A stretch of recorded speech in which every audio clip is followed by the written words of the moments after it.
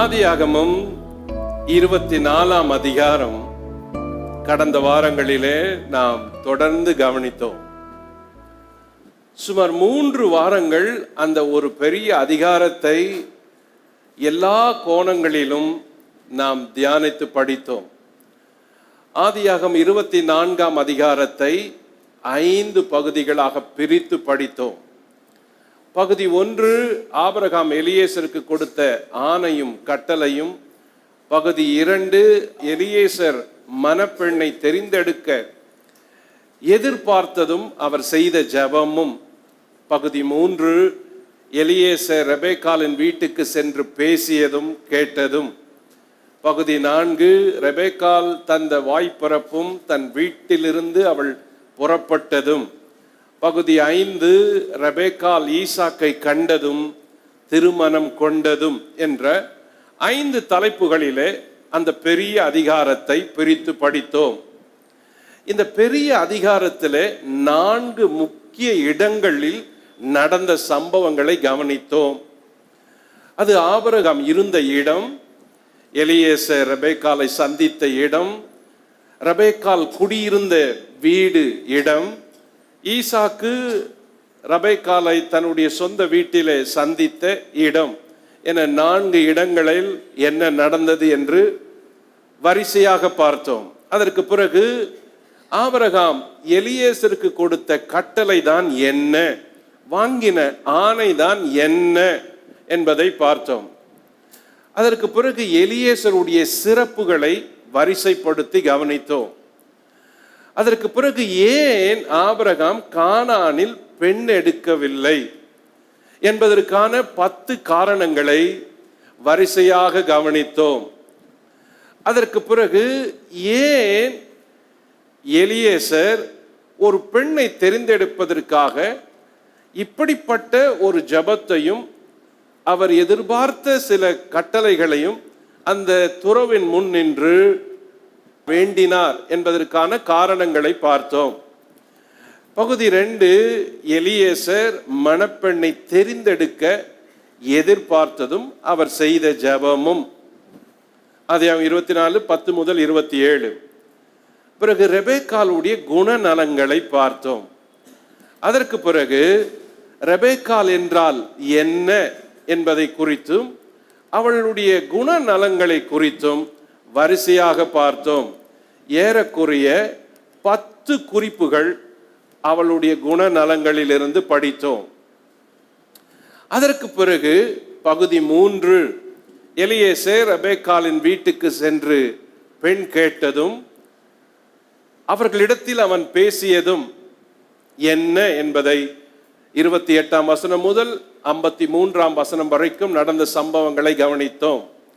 பகுதி 4 ரெபெக்காள் தந்த வாய்ப்பிறப்பும் அவள் தன் வீட்டை விட்டு புறப்பட்டதும்.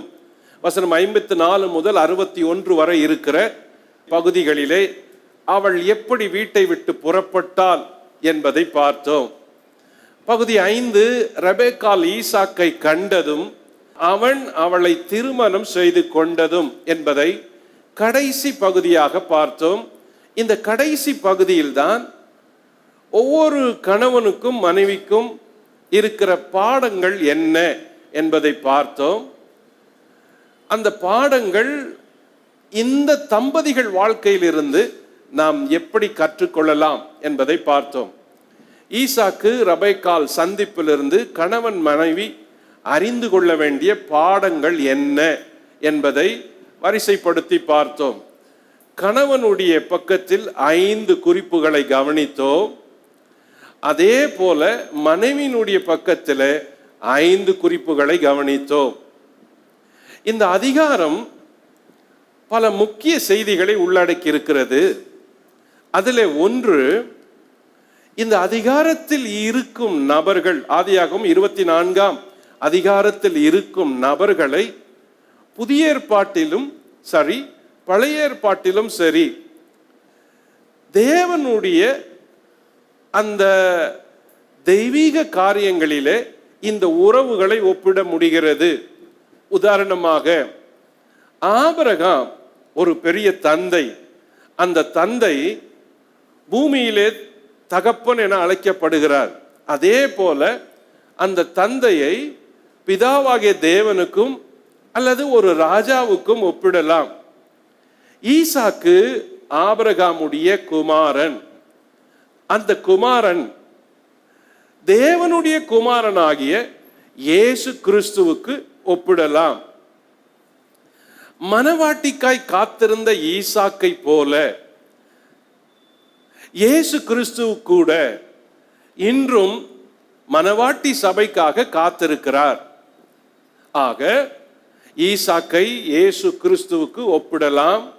அதற்குரிய புதிய ஏற்பாட்டு வசனங்களும் வேறு கோணத்தில் உதாரணங்களாக அதில் கையில் எடுத்துக்கொள்ளலாம்.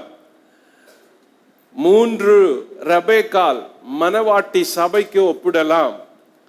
4 எலியேசர் என்ற ஊழியக்காரன் ஆபிரகாமுக்கு எப்படி உதவியாய் இருந்தான், அந்த எலியேசரை பரிசுத்த ஆவியானவருக்கு ஒப்பிடலாம். இப்படி இந்த 24ஆம் அதிகாரத்தில் இருக்கிற இந்த 4 முக்கிய நபர்களும் பிதாவுக்கும் குமாரனுக்கும் பரிசுத்த ஆவியானவருக்கும் மனவாட்டி சபைக்கும் ஒப்பிட்டு கூட படிக்க முடியும் என்பதை இந்த அதிகாரத்தில் ஒரு சின்ன குறிப்பில் நாம் கற்றுக்கொள்ளலாம்.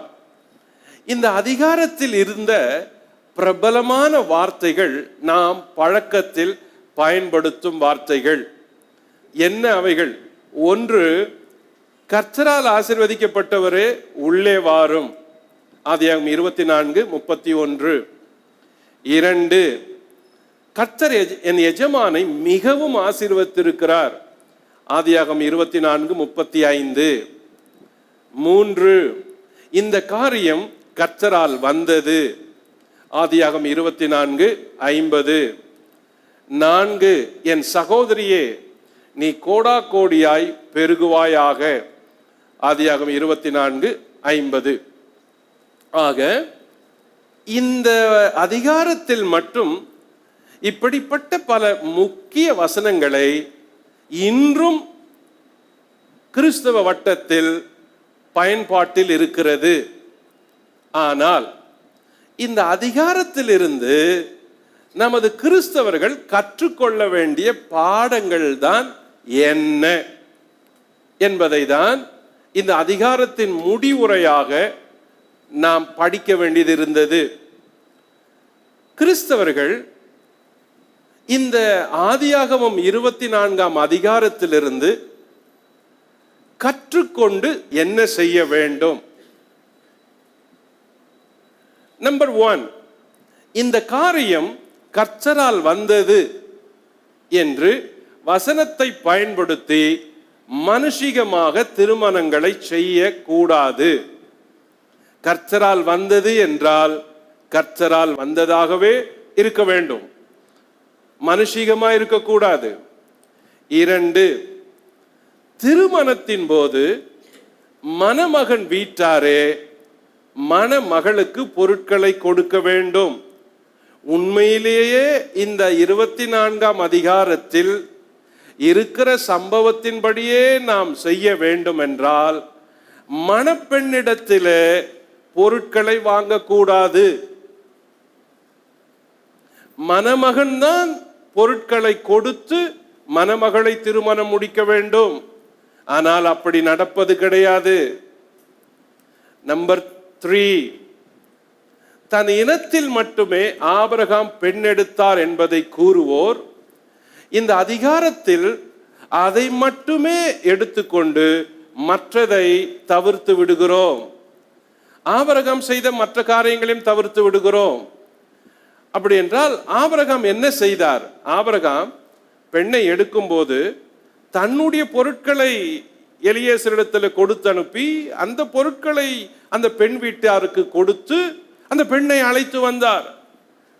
அப்படி என்றால் திருமணங்கள் அப்படிதான் நடந்திருக்க வேண்டும். ஆனால் அது மாறி இருக்கிறது.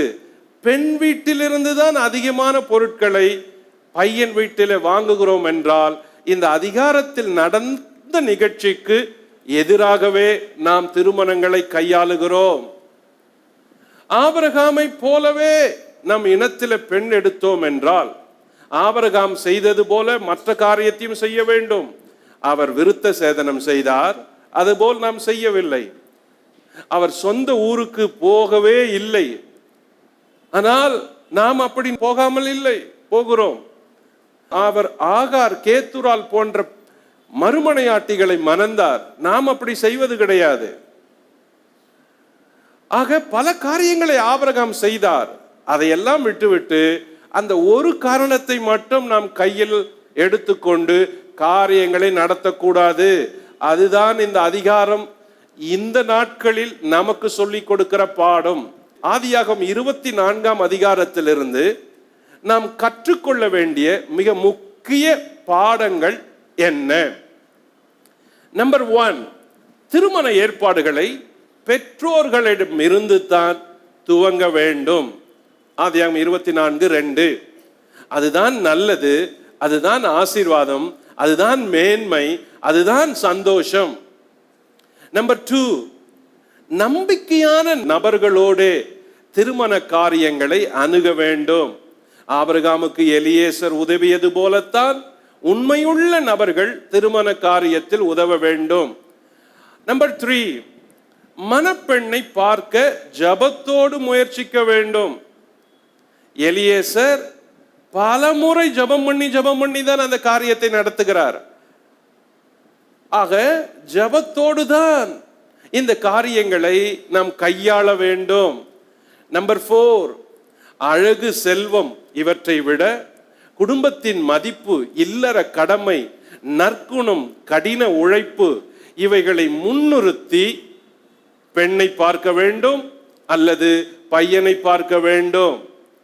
ஆக வெறும் பொருளும் செல்வமும் அழகும் மட்டுமின்றி மீதம் இருக்கிற முக்கியமான காரியங்களை எலியேசர் கவனத்தில் கொள்ள போய்தான் துறவண்டையிலே நின்று அவர் அப்படிப்பட்ட ஒரு பெண்ணுக்காக காத்திருந்து அதற்குரிய கட்டளைகளுக்காக அவர் வரிசைப்படுத்தி வைத்திருந்தார். ஆக செல்வம் மட்டும் அல்ல, அழகு மட்டும் அல்ல. நம்பர் 5, பெற்றோர் குடும்பத்தார் சம்மதமும் ஆசீர்வாதமும் திருமணங்களில் இருக்க வேண்டும். ஆதியாகமம் 24:49. ரெபெக்காள் வீட்டுக்கு போனதுமே அந்த விஷயத்தை சொன்னால், எலியேசர் ரெபெக்காளுடைய வீட்டுக்கு போனதுமே அவர்கள் எல்லாரும் கலந்து பேசுகிறார்கள். ஆக பெற்றோருடைய சம்மதம், எல்லாருக்கும் சம்மதம் என்று வந்த பிறகு சந்தோஷமாக ஆசீர்வாதமாக காரியங்களை துவக்கி நடத்தினார்கள். அதுதான் ஒரு குடும்பத்திற்கும் துவங்க போகிற ஒரு தம்பதிகளின் வாழ்க்கைக்கும் அழகும் ஆசீர்வாதமும். நம்பர் 6, தாய், தந்தை, சகோதரர் என முழு குடும்பமும் மகிழ்ச்சியோடு காரியங்களை முடிக்க வேண்டும். அங்கு உள்ள எந்த பிளவோ சண்டையோ கோபமோ இல்லை. அந்த சின்ன குடும்பத்தில் குடும்பத்தார் எல்லாருமே எலியேசரோடு பேசி எலியேசரோடு அந்த பெண்ணை ஆசீர்வதித்து ஜெபம் பண்ணி அனுப்பி வைத்தார்கள். ஆக குடும்பத்தில் இருக்கிற எல்லாருமே அந்த சந்தோஷமான காரியத்திற்கு உதவ வேண்டும், முன் வர வேண்டும். நம்பர் 7, பெண்ணின் வாய்மொழியையும் அவள் சம்மதமும் அவசியம் கேட்கப்பட வேண்டும். ஆதியாகமம் 24:57 பெண்ணின் வாய்மொழியை கேட்போமாக என்று எல்லாரும் பேசி முடித்து விட்ட பின்பு கூட அந்த ஒரு பெண்ணினுடைய வாய்மொழிக்காக காத்திருந்தனர். ஆக அந்த சம்மதம் என்பது மிக முக்கியம்.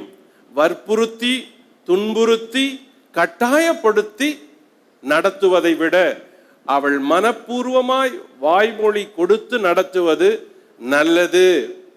நம்பர் 8, மணமகன் வீட்டாரே பெண்ணுக்கு பொருள் கொடுக்க வேண்டும் அல்லது மணப்பெண் வீட்டிலிருந்து பொருள் வாங்கக்கூடாது. உன்னால் கொடுக்க முடியும் என்றால் கொடு, இல்லை என்றால் பெண் வீட்டிலிருந்து வற்புறுத்தி பொருட்களை வாங்கக்கூடாது. கிறிஸ்துவ திருமணங்களில் மிக சர்வசாதாரணமா இது நடக்கிறது. ஆக ஆதியாகமம் 24ஆம் அதிகாரம் நமக்கு அப்படிப்பட்ட பாடத்தை சொல்லிக் கொடுக்கவில்லை. நம்பர் 9, கர்த்தருடைய சித்தத்தை அறிந்து விட்டால் அதற்கு தாமதம் செய்யக்கூடாது. கர்த்தருடைய சித்தம்தான் என்று தெரிந்தால் அதற்கான முயற்சிகளை எடுக்க வேண்டும். ஆக இந்த வீட்டார் கர்த்தருடைய சித்தம் என்று தெரிந்துவிட்ட பிறகு 10 நாள் கூட வீட்டில் அந்த பெண்ணை தங்க வைக்க முடியாமல் அந்த எலியேசர் கேட்ட அந்த கோரிக்கைக்கு உடனே பெண்ணை மறுநாளே அனுப்பி வைத்து விட்டார்கள். காரணம் என்ன? தேவனுடைய சித்தத்துக்கு விரோதமாய் நாம் தாமதிக்க வேண்டாம்.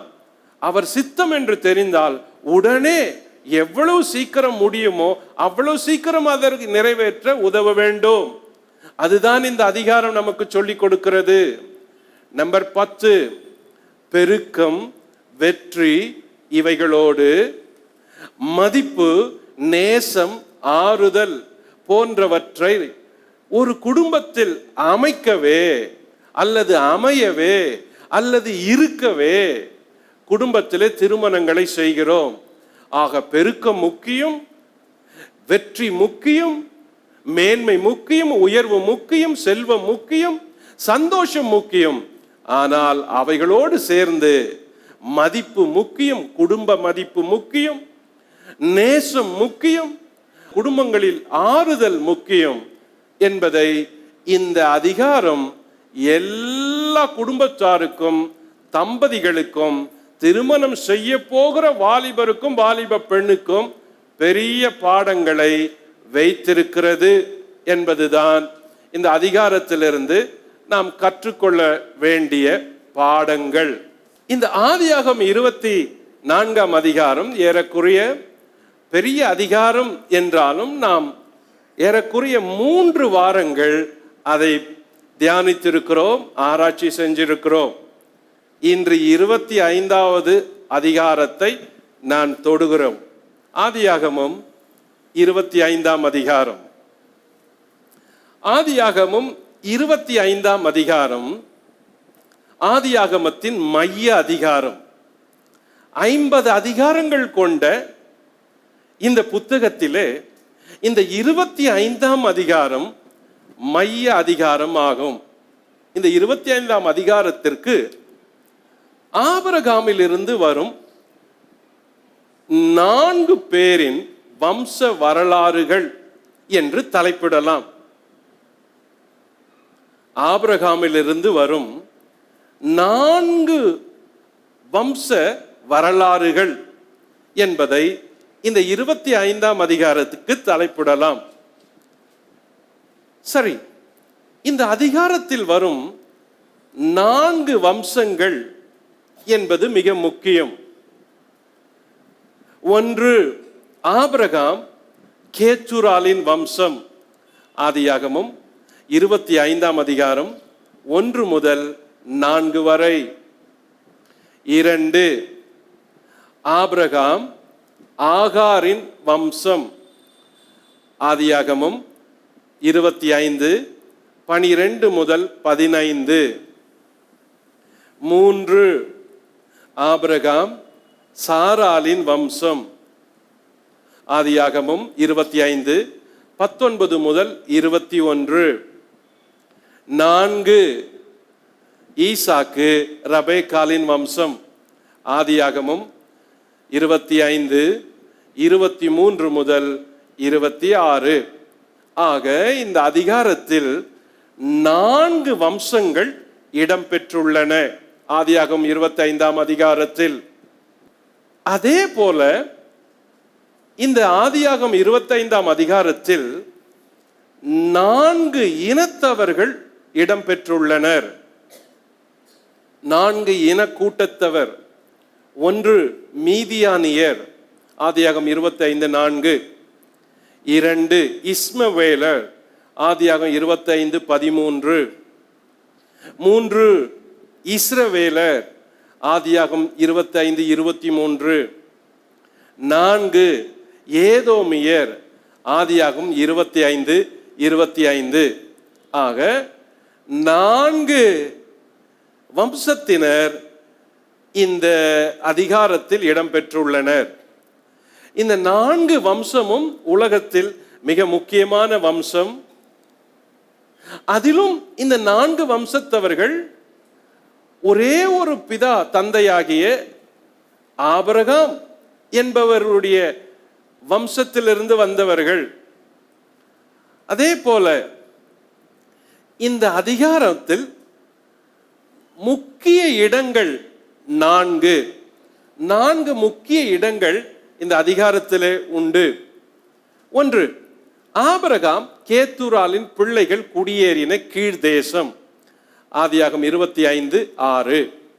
2, இஸ்மவேலின் பிள்ளைகள் குடியேறிய ஆவிலா முதல் சூர் வரையிலான இடம், ஆதியாகமம் 25:18. 3, ஈசாக்கு குடியிருந்த லக்காய்ரோயி என்ற இடம், ஆதியாகமம் 25:11. 4, ஆபிரகாமை அடக்கம் பண்ணின மக்கபேலா என்ற குகை இருந்த இடம், ஆதியாகமம் 25:9. ஆக இந்த அதிகாரத்தில் 4 முக்கிய இடங்கள் முக்கியமானவை. அதே போல 35 நபர்களின் பெயர்கள் இடம்பெற்றுள்ளன. கவனியுங்கள். 1, கேத்தூராலின் வழியே வரும் குமாரர்கள் 16 பேர். 2, இஸ்மவேலின் வழியே வரும் குமாரர்கள் 12 பேர். 3, ஈசாக்கின் வழியே வரும் குடும்பத்தின் குமாரர்கள் 2 பேர். இவற்றோடு ஆபிரகாம், கேத்தூரால், இஸ்மவேல், ஈசாக்கு, ரெபெக்காள் ஆகிய நபர்கள் 5 பேர். ஆக இந்த முக்கிய 5 பேருக்குள் மீதம் இருக்கிற இந்த 30 பேரும் வருகின்றனர். ஆதியாகமம் 25ஆம் அதிகாரம் அநேக மக்களுடைய பெயர்கள் குறிப்பிடப்பட்டுள்ளன. அவை ஒவ்வொன்றும் மிக முக்கியமானவை. ஆதியாகமம் 25ஆம் அதிகாரத்தை 3 பகுதிகளாக பிரிக்கலாம். பகுதி 1, ஆபிரகாம் இல்லற வாழ்க்கையின் இறுதி பகுதி, ஆதியாகமம் 25:1 முதல் 10. பகுதி 2, இஸ்மவேலின் இல்லற வாழ்க்கையின் இறுதி பகுதி, ஆதியாகமம் 25:12 முதல் 18 வரை. பகுதி 3, ஈசாக்கின் இல்லற வாழ்க்கையின் துவக்க பகுதி, ஆதியாகமம் 25:19 முதல் 34. கவனியுங்கள். இந்த 25ஆம் அதிகாரத்தில் இந்த 3 பகுதிகள் மிக முக்கியமான பகுதிகள். இவைகள்தான் இந்த அதிகாரத்தை பிரித்து அழகாய் சொல்லி இருக்கிறது. இந்த ஒரே அதிகாரத்தில் இந்த 3 பேருடைய வாழ்க்கையும் அவர்களுடைய வம்சமும் அவர்களுடைய குடும்பத்தில் நடந்த நிகழ்ச்சிகளையும் வரிசையாக சுருக்கமாக வேதம் சொல்லுகிறது. அதிலும் அந்த நிகழ்ச்சிகளை சொல்லுகிற அந்த விதம் இருக்கிறது இந்த அதிகாரத்தில் நேர்த்தியாக, மிக எளிமையாக, அதே நேரத்தில் விரிவான சத்தியங்களின் சரித்திரங்களையும் சுருக்கமாக தெளிவாக சொல்லி இருக்கிறது. இப்பொழுது இந்த அதிகாரம் இந்த 3 வம்சத்தினரை குறித்து சொல்லும் பொழுது இந்த 3 வம்சத்தினரிலே 2 வம்சத்தினருடைய வாழ்க்கை முடிகிறது. ஒன்று ஆபிரகாமினுடைய வாழ்க்கை, இன்னொன்று இஸ்மவேலுடைய வாழ்க்கை வரலாறு. இந்த இருவருடைய வாழ்க்கையினுடைய வரலாறு முடிகிற பகுதி இந்த அதிகாரத்தில் தான் இருக்கிறது. 3வது பகுதியில் இருக்கிற ஈசாக்கின் இல்லற வாழ்க்கையின் பகுதி துவக்கம் இந்த அதிகாரத்தில் தான் இருக்கிறது. ஆக மிக முக்கிய நபரான ஆபிரகாமினுடைய இறுதி வாழ்க்கையை சொல்லும் இறுதி அதிகாரம் இதுதான். இப்பொழுது இந்த 3 பகுதிகளையும் வரிசையாக பார்க்கலாம். பகுதி 1, ஆபிரகாமின் இல்லற வாழ்க்கையின் இறுதி பகுதி. இவ்வளோ அதிகாரங்களில் இத்தனை வாரங்கள் நாம் ஆபிரகாம் என்ற ஒருவரை குறித்து வரிசையாக பார்த்து வந்தோம். பல செய்திகளை, சரித்திர குறிப்புகளை, பூகோள ரீதியான குறிப்புகளை, ஆவிக்குரிய பாடங்களை, வாக்குத்தத்தத்திற்குரிய செய்திகள் எல்லாவற்றையும் மிக முக்கிய பகுதியான இந்த ஆபிரகாமுடைய வாழ்க்கையின் பகுதியில நாம் பார்த்து வந்தோம். இந்த அதிகாரத்தில் தான் அவருடைய முடிவுரையை படிக்க போகிறோம். ஆபிரகாமுடைய இறுதி வாழ்க்கை, அவர் வாழ்க்கையின் இறுதி கட்டம், சுருக்கம், முடிவுரை எல்லாவற்றையும் படிக்க போகிறோம். குறிப்பு 1, ஆபிரகாம் மணந்த 3 பெண்கள் குறிப்பிட வேண்டியவர்கள். ஆபிரகாமை குறித்து படிக்கிறோம், அவருடைய அந்திய காலத்தின் நிகழ்ச்சிகளை படிக்கிறோம், ஆபிரகாமுடைய முழு சரித்திரத்தையும் சுருக்கி படிக்க போகிறோம். அதுல முதலாவது குறிப்பு, ஆபிரகாம் மணந்த 3 பெண்கள். 1 சாராள். ஆதியாகமம் 11:29 முதல் ஆதியாகமம் 23:1 வரை சாராளுடைய வாழ்க்கை ஆபிரகாமோடு இணைந்தே வருகிறது. இந்த சாராள் ஊர் பட்டணத்தை சேர்ந்தவள். அவள் ஆபிரகாமினுடைய உறவுக்கார பெண். 2 ஆகார். ஆதியாகமம் 16:3 முதல் ஆதியாகமம் 21:21 வரை இந்த ஆகார் என்பவளை குறித்து படிக்கலாம். இவள் எகிப்து தேசத்தை சேர்ந்தவள்.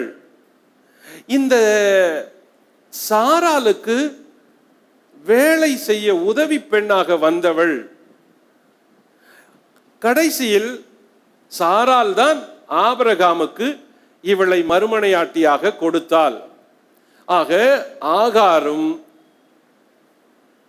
ஆபிரகாமால் மணக்கப்பட்ட ஒரு பெண். நம்பர் 3 கேத்தூரால். ஆதியாகமம் 25:1 முதல் 4 வரை, 1 நாளாகமம் 1:32. இந்த வசனங்களில் முதல் முறையாக கேத்தூரால் என்ற ஒரு பெண்ணை குறித்து வேதம் சொல்லுகிறது. இந்த கேத்தூரால் கானானை சேர்ந்தவள். ஆக இவள் அதே பகுதியை சேர்ந்தவள். இவளை குறித்து தான் இந்த முதல் வசனமே, ஆதியாகமம் 25 முதலாவது வசனமே சொல்ல துவங்குகிறது. கவனியுங்கள், வாசிப்போம். ஆதியாகமம் 25:1. ஆபிரகாம் கேத்தூரால் என்னும் பெயர் கொண்ட ஒரு ஸ்திரீயையும் விவாகம் பண்ணியிருந்தான். அவள் அவனுக்கு சிம்ரானையும் யக்ஷானையும் மேதானையும் மீதியானையும் இஸ்பாக்கையும் சூவாகையும் பெற்றாள். யக்ஷான் சேபாவையும் தேதானையும் பெற்றான். தேதானுடைய குமாரர் அசூரிம், லெத்துசீம், லெயூமிம் என்பவர்கள். மீதியானுடைய குமாரர் ஏபா, ஏபேர், ஆனோக்கு, அபிதா, எல்தாகா என்பவர்கள். இவர்கள் எல்லோரும் கேத்தூராலின் பிள்ளைகள். ஆபிரகாம் தனக்கு உண்டான யாவையும் ஈசாக்குக்கு கொடுத்தான். ஆபிரகாமுக்கு இருந்த மறுமனையாட்டிகளின் பிள்ளைகளுக்கோ ஆபிரகாம் நன்கொடைகளை கொடுத்து தான் உயிரோடு இருக்கும் போதே அவர்களை தன் குமாரனாகிய ஈசாக்கை விட்டு கிழக்கே போக கீழ் தேசத்துக்கு அனுப்பிவிட்டான். ஆபிரகாம் உயிரோடு இருந்த ஆயுசு நாட்கள் 175 வருஷம்.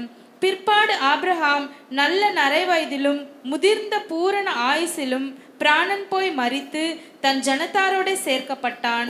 அவன் குமாரராகிய ஈசாக்கும் இஸ்மவேலும் மம்ரேக்கு எதிரே ஏத்தியனான சோகாரின் குமாரனாகிய எப்பெரோனின் நிலத்தில் உள்ள மக்பேலா எனப்பட்ட குகையிலே அவனை அடக்கம் பண்ணினார்கள்.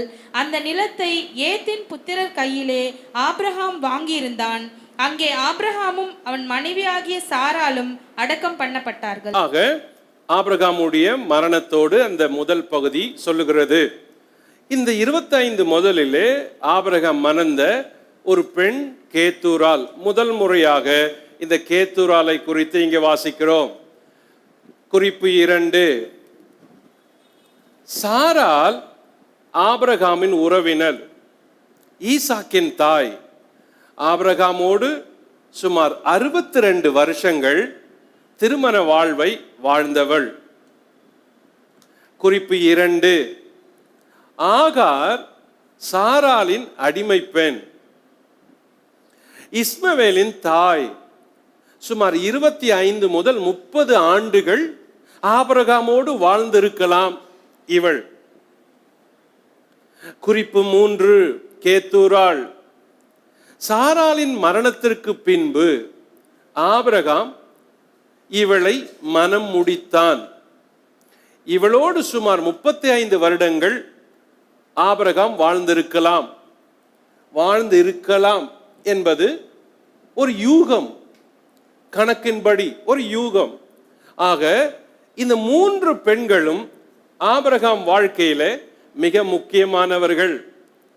அதே வேளையில இந்த 3 பெண்களும் 3 பெரிய வம்சங்களை உண்டாக்கின ஸ்திரீகள்.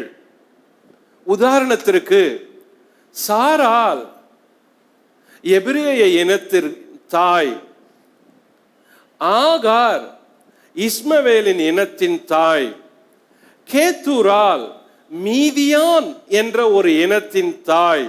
ஆக இந்த 3 பெண்களுமே மிக முக்கியமான ஒரு வம்சத்தை உருவாக்குவதற்கு காரணமாயிருந்த முக்கிய பெண்கள் ஆபிரகாமுடைய வாழ்க்கையின் சரித்திரத்தில்.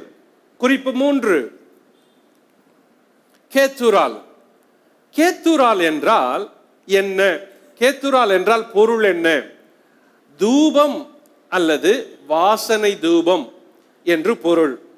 ஏனென்றால் இந்த அதிகாரத்தில் 25:1 கேத்தூரால் என்பவள் குறித்துத்தான், அவளுடைய பிள்ளைகளை குறித்துத்தான் அதிகம் பட்டியலிடப்பட்டிருக்கிறது. எபிரேயனாகிய ஆபிரகாம் கானானிய பெண்ணான இவளை சாராளுடைய மரணத்துக்கு பின்பு, அத்துடன் ஈசாக்குடைய திருமணத்திற்கு பின்பு மனம் முடித்தான் என்று ஒரு சிலர் கூறுகின்றனர்.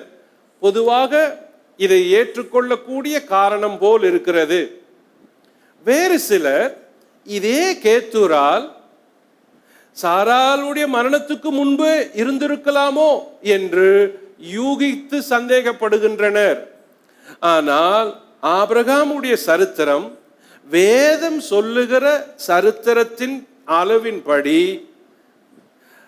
சாராளுடைய மரணத்திற்கு பின்பு, ஈசாக்குடைய திருமணத்திற்கு பின்புதான் கேத்தூரால் என்ற ஒரு பெண்ணை குறித்து வேதம் சொல்லுவதால் ஆபிரகாம் கேத்தூராலை ஈசாக்குடைய திருமணத்துக்கு பின்பு மனம் முடித்திருக்கலாம் என்பது ஏற்றுக்கொள்ளக்கூடிய ஒரு செய்தியாக இருக்கிறது. ஏனென்றால் சாராள் மரித்த பிறகு ஆபிரகாமுக்கு உதவி செய்ய யாரும் இல்லை. அதிலும் கூட இருந்த வாலிபன் ஈசாக்கு திருமணமான பின்பு அவனும் தனியே இருக்கிறான். லக்காய்ரோய் என்ற இடத்திலே வாசம் பண்ணுகிறான்.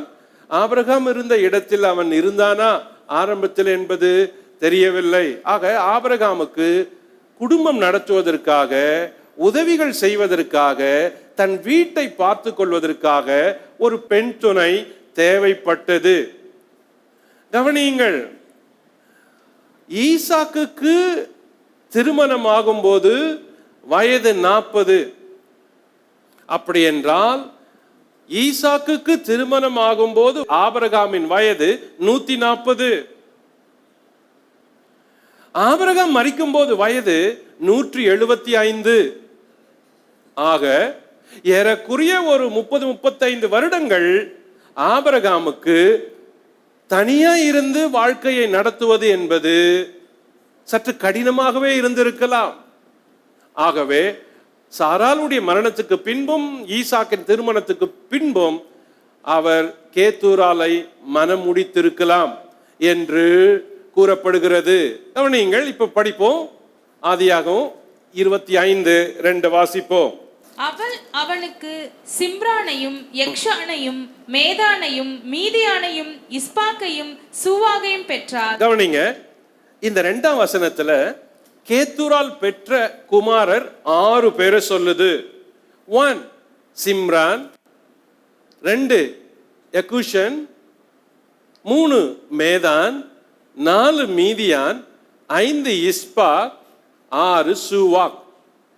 கேத்தூரால் ஆபிரகாம் இருவருக்கும் இந்த 6 பிள்ளைங்களை அவங்க பெற்றிருக்கிறாங்க. இது ஆதியாகமம் 25:2 சொல்லுது. இதுக்கு பிறகு அதே ஆதியாகமம் 25:3 இந்த யக்ஷானுடைய பிள்ளைங்க 2 பேரை சொல்லுது. சேபா, தேதான் என்பவங்கள சொல்லுது. ஸோ இந்த யக்ஷான் யாரு? இந்த ரெண்டாவது பையன். இந்த ரெண்டாவது பையனுடைய பிள்ளைங்க இந்த 2 பேரை சொல்லுது. மூணாவது அதே வசனத்துல தேதான் பெற்ற குமாரர் அசூரீம், லெத்துசீம், லெயூமீம் என்பவங்களை சொல்லுது. இந்த தேதான் யாரு அப்படின்னா, இங்க இருக்கிற இந்த தேதான் இந்த பையனுடைய வம்சம், யக்ஷானுடைய 2வது பையனுடைய வம்சம். அங்க முக்கியமானவங்களை மட்டும் பட்டியலிடுது. இவங்கெல்லாம் ஆபிரகாமுக்கு பிறந்த பிள்ளைங்க கேத்தூரால் வழியில. வசனம் 4:25-4. மீதியானுடைய குமாரர் ஏப்பா, ஏப்பேர், ஆனோக்கு, அபிதா, எல்தாகா என்பவர்கள். இவர்கள் எல்லோரும் கேத்துராலின் பிள்ளைகள். இப்போ மீதியான் அப்படின்ற ஒரு குமாரன் இருந்தான். அவனுக்கு பிறந்த பிள்ளைங்க ஏப்பா, ஏபேர், ஆனோக்கு, அபிதா, எல்தாகா என்ற இந்த 5 பேர். சோ இது வெறும் பேர் தானே அப்படின்னு நம்ம ஸ்கிப் பண்ணலாம், வழக்கமா செய்யறது தானே அது. ஆனா இப்படி நிதானமா படிக்கிறப்ப இதுக்குள்ள இருக்கிற செய்திகளை நம்ம வரிசைப்படுத்த போறோம். இதுக்குள்ள இருக்கிற சரித்திர பின்னணி, வளர்ச்சி, இவங்கெல்லாம் யார், என்ன ஆனாங்க, எங்க வந்தாங்க என்பதற்கு இந்த அதிகாரம் பெரிய உதவி செய்து தெரிந்து கொள்வதற்காக சரித்திர குறிப்புகளை. ஓகே, ஆபிரகாம் கேத்துரால குறித்த ஜீனியாலஜி. ஸோ இந்த வம்ச அட்டவணை இப்படிதான் வருது. இதுல யக்ஷனும் மீதியானும் பெரிய வம்சத்தை உண்டாக்குறாங்க. சரி, குறிப்பு 5, கேத்தூராலின் பிள்ளைகள் குடியேறின இடங்கள். இப்ப படிப்போம். 4ஆம் வசனத்தை படிச்சுட்டு 5-6 படிப்போம். மீதியானுடைய குமாரர் ஏப்பா, ஏப்பேர், ஆனோக்கு, அபிதா, எல்தாகா என்பவர்கள். இவர்கள் எல்லோரும் கேத்துராலின் பிள்ளைகள். ஆபிரகாம் தனக்கு உண்டான யாவையும் ஈசாக்குக்கு கொடுத்தான். ஆபிரகாமுக்கு இருந்த மறுமனையாட்டிகளின் பிள்ளைகளுக்கோ ஆபிரகாம் நன்கொடைகளை கொடுத்து தான் உயிரோடு இருக்கும் போதே அவர்களை தன் குமாரனாகிய ஈசாக்கை விட்டு கிழக்கே போக கீழ் தேசத்துக்கு அனுப்பிவிட்டான். தனியா அனுப்பிட்டாரு. ஆபிரகாம் உயிரோடு இருக்கும் போது ஈசாக்குக்கு எல்லாத்தையும் கொடுத்துட்டாரு. 5ஆம் வசனம், தனக்கு உண்டான யாவையும் ஈசாக்கு கொடுத்துட்டாரு. ஆனா மறுமனை ஆட்டிகள் பாருங்க, மறுமனை ஆட்டி அப்படின்னு சொல்லல, மறுமனை ஆட்டிகள் அப்படின்னு வரப்ப ஆகாரையும் சேர்த்து சொல்லுது, கேத்தூராலையும் சேர்த்து சொல்லுது, அவர்களுடைய பிள்ளைகளையும் சேர்த்து சொல்லுது. அவர்களுக்கு தான் உயிரோடு இருக்கும் போதே என்ன செஞ்சு கிஃப்ட் கொடுக்க முடியுமோ கொடுத்துட்டாரு. ஒரு நல்ல ஞானமுள்ள அப்பா குடும்ப பிரச்சனைகளை சாவறதுக்கு முன்னாடியே எல்லாத்தையும் ஞானமா செஞ்சுட்டு சாகுறாரு. சோ ஆபிரகாம் எவ்வளவு ஞானம் உள்ளவர் என்பதை, நிதானிக்க கூடியவர் என்பதை இந்த அதிகாரம், அதுவும் அந்திய காலகட்டத்தின் செய்திகள் நமக்கு சொல்லி கொடுக்குது. எத்தனையோ வீடுகள்ல அம்மா அப்பா இறந்துட்ட பிறகு சொத்து சண்டை வருது, அம்மா இறந்துட்ட பிறகு சொத்து சண்டை வருது. ஏன்னா உயிரோடு இருக்கிறப்பவே பிள்ளைங்களுக்கு செய்ய வேண்டியதை ஞானமா பெற்றோர் செய்யல. முடிக்க வேண்டிய பத்திரங்கள், எழுத வேண்டிய சொத்துக்கள், பிரிச்சு கொடுக்க வேண்டிய காரியங்களை சில வீடுகள்ல பெற்றோர் அந்திய காலம் வரைக்கும் செய்யாம மரணத்துக்கு பிறகு அது பிள்ளைகளுக்குள்ள குழப்பம் வருது. இன்னும் சொல்ல போனா, இன்னும் பிரிக்கப்படாத பல தாத்தாக்களுடைய சொத்துக்கள் பேர பிள்ளைகளிடத்துல பிரிக்கப்படாமலேயே அதே பெயர்ல இருக்குது. அப்ப இது என்ன சொல்லுது? ஆபிரகாம போல ஞானம் உள்ளவங்களா நம்ம வாழல அப்படின்னு சொல்லுது. இப்போ ஒவ்வொரு தந்தைக்கும் வயோதிபம் வரும் பொழுது அந்த பெற்றோர் தங்கள் அந்திய காலத்துக்கு முன்னால செய்ய வேண்டியதை ஞானமா செய்ய வேண்டியது இருக்குது. அதே வேளையில எல்லா சொத்தையும் எழுதி கொடுத்துடக்கூடாது உங்க சாவு வர வரைக்கும். ஏன்னா எத்தனையோ பெற்றோர் அப்படி பிள்ளைங்க மேல வைத்திருந்த அன்பு நிமித்தம், நம்பிக்கை நிமித்தம் எழுதி கொடுத்துட்ட பிறகு அந்த பிள்ளைங்க இவங்க வயோதிப காலத்துல அவங்கள கவனிக்காம, அவங்க தேவைகளுடைய செலவுகளுக்கு பணம் கொடுக்காம போவது உண்டு. ரெண்டுமே ரொம்ப முக்கியம். ஸோ உங்களுடைய பாதுகாப்பு ரொம்ப முக்கியம். கடைசி வரைக்கும் உங்கள் கையில சிலர் தேடி வருவதற்கு உங்க கையில ஏதாவது வச்சிருக்கணும். நான் வயோதிப பெற்றோருக்கு பேசுறேன். ஏனால் இந்த பகுதி ஆபிரகாமுடைய வயோதிப காலத்தில் நடந்தது. நீங்கள் ஞானமா நடக்கணும், அதே நேரத்தில் விழிப்பா இருக்கணும். எத்தனையோ வயோதிபர்கள் என்கிட்ட வந்து அழுது ஜெபம் பண்ண சொல்றாங்க. என்ன சொன்னாங்க தெரியுமா? நான் எல்லா செல்வத்தையும் சேர்த்தேன், என் கையில தான் இருந்துச்சு, ஆனா நான் என் பிள்ளைக்கு அதை மாத்தி கொடுத்துட்டேன். என் பிள்ளைக்கு திருமணம் ஆச்சு, பிள்ளை தனியா போயிட்டான், ஆனா இப்ப நான் எதை கேட்டாலும் எனக்கு கொடுக்கல, என்னுடைய தேவைகளுக்கு கூட கொடுக்க மாட்டான் அப்படின்னு அழுறாரு வயோதிப தந்தை. இப்ப அழுது ஜெபம் பண்ணா என்ன நடக்க போகுது? அப்போ நாம செய்ய வேண்டியதை ஞானமா செய்யலன்னா வருகிற பலன்களை நம்ம தான் பார்க்க வேண்டியது இருக்குது, நம்ம தான் சந்திக்க வேண்டியது இருக்குது. இன்னொரு வயோதிப தகப்பனார் எனக்கு தெரியும். அவருடைய லேண்டை விற்கிறாரு. கடைசி வரைக்கும் அந்த லேண்டு அவர் பேர்ல தான் இருக்குது. அதுல ஒரு போர்ஷனை தன் பிள்ளைங்களுக்கு பிரிச்சு கொடுத்துட்டாரு, ஒரு போர்ஷனை அவர் வச்சுக்கிட்டாரு. வச்சுட்டு அவரே சொல்றாரு, நான் சாகிற வரைக்கும் இதை யாரும் தொடக்கூடாது, நான் செத்துட்ட பிறகு இந்த காசுல இத்தனை பங்கு போடணும் அப்படின்னு சொல்றாரு. இன்னும் சிலர் தகப்பன் ஞானமுள்ளவங்க இருக்கிறாங்க. என்னுடைய பணம் எனக்கு பின்னால இப்படியெல்லாம் செலவு பண்ண வேண்டும் அப்படின்னு சொல்லிட்டு என்னுடைய சவ பெட்டிக்கு கூட நீங்க காசு போடக்கூடாது, அது என்னுடைய பணமா இருக்கணும் அப்படின்னு எழுதி வைக்கிறாரு. அப்போ ஆபிரகாம் தன்னுடைய அந்திய காலத்துல தனக்கு உரிய எல்லாவற்றையும் ஈசாக்கு கொடுத்துட்டாரு. அவருக்கு தெரியும் பின்னால இப்படி பிள்ளைகள் பெருகும் போது சண்டைகள் வருமோ அப்படின்னு தெரிஞ்சிருந்துச்சு. அதனால ஞானமா அவர் என்ன செஞ்சாரு? எல்லாருக்கும் நன்கொடைகளை கொடுத்துட்டாரு. பாருங்க, நன்கொடைகளை 6ஆம் வசனம் சொல்லுது, மறுமனையாட்டிகளின் பிள்ளைகளுக்கோ ஆபிரகாம் நன்கொடைகளை கொடுத்தாரு, கிஃப்ட் கொடுத்துட்டாரு. இதான்பா உனக்கு, இதான் உனக்கு, இதான் என்னால முடியும், கிஃப்ட். அப்போ அவர் யாரையுமே வஞ்சிக்கவும் இல்லை, முகம் கோணவும் இல்லை. அப்ப இதுல இருந்து என்ன தெரியுது? அந்திய காலம் நெருங்கும் போது பெற்றோர்கள் செய்ய வேண்டிய கடமைகள் ஒன்று இருக்குது. அது பிள்ளைகளின் சமாதானமும் உறவும் ஒற்றுமைக்கும் அவங்க செய்ய வேண்டிய கடமை. அது அவர்கள் சம்பாதித்த சேர்த்த சொத்துக்களை, உடைமைகளை, அவர்களுடைய ஆஸ்திகளை ஞானமா உயிரோடு இருக்கிறப்ப செய்யணும். இல்லாட்டி அலைச்சல் தான்.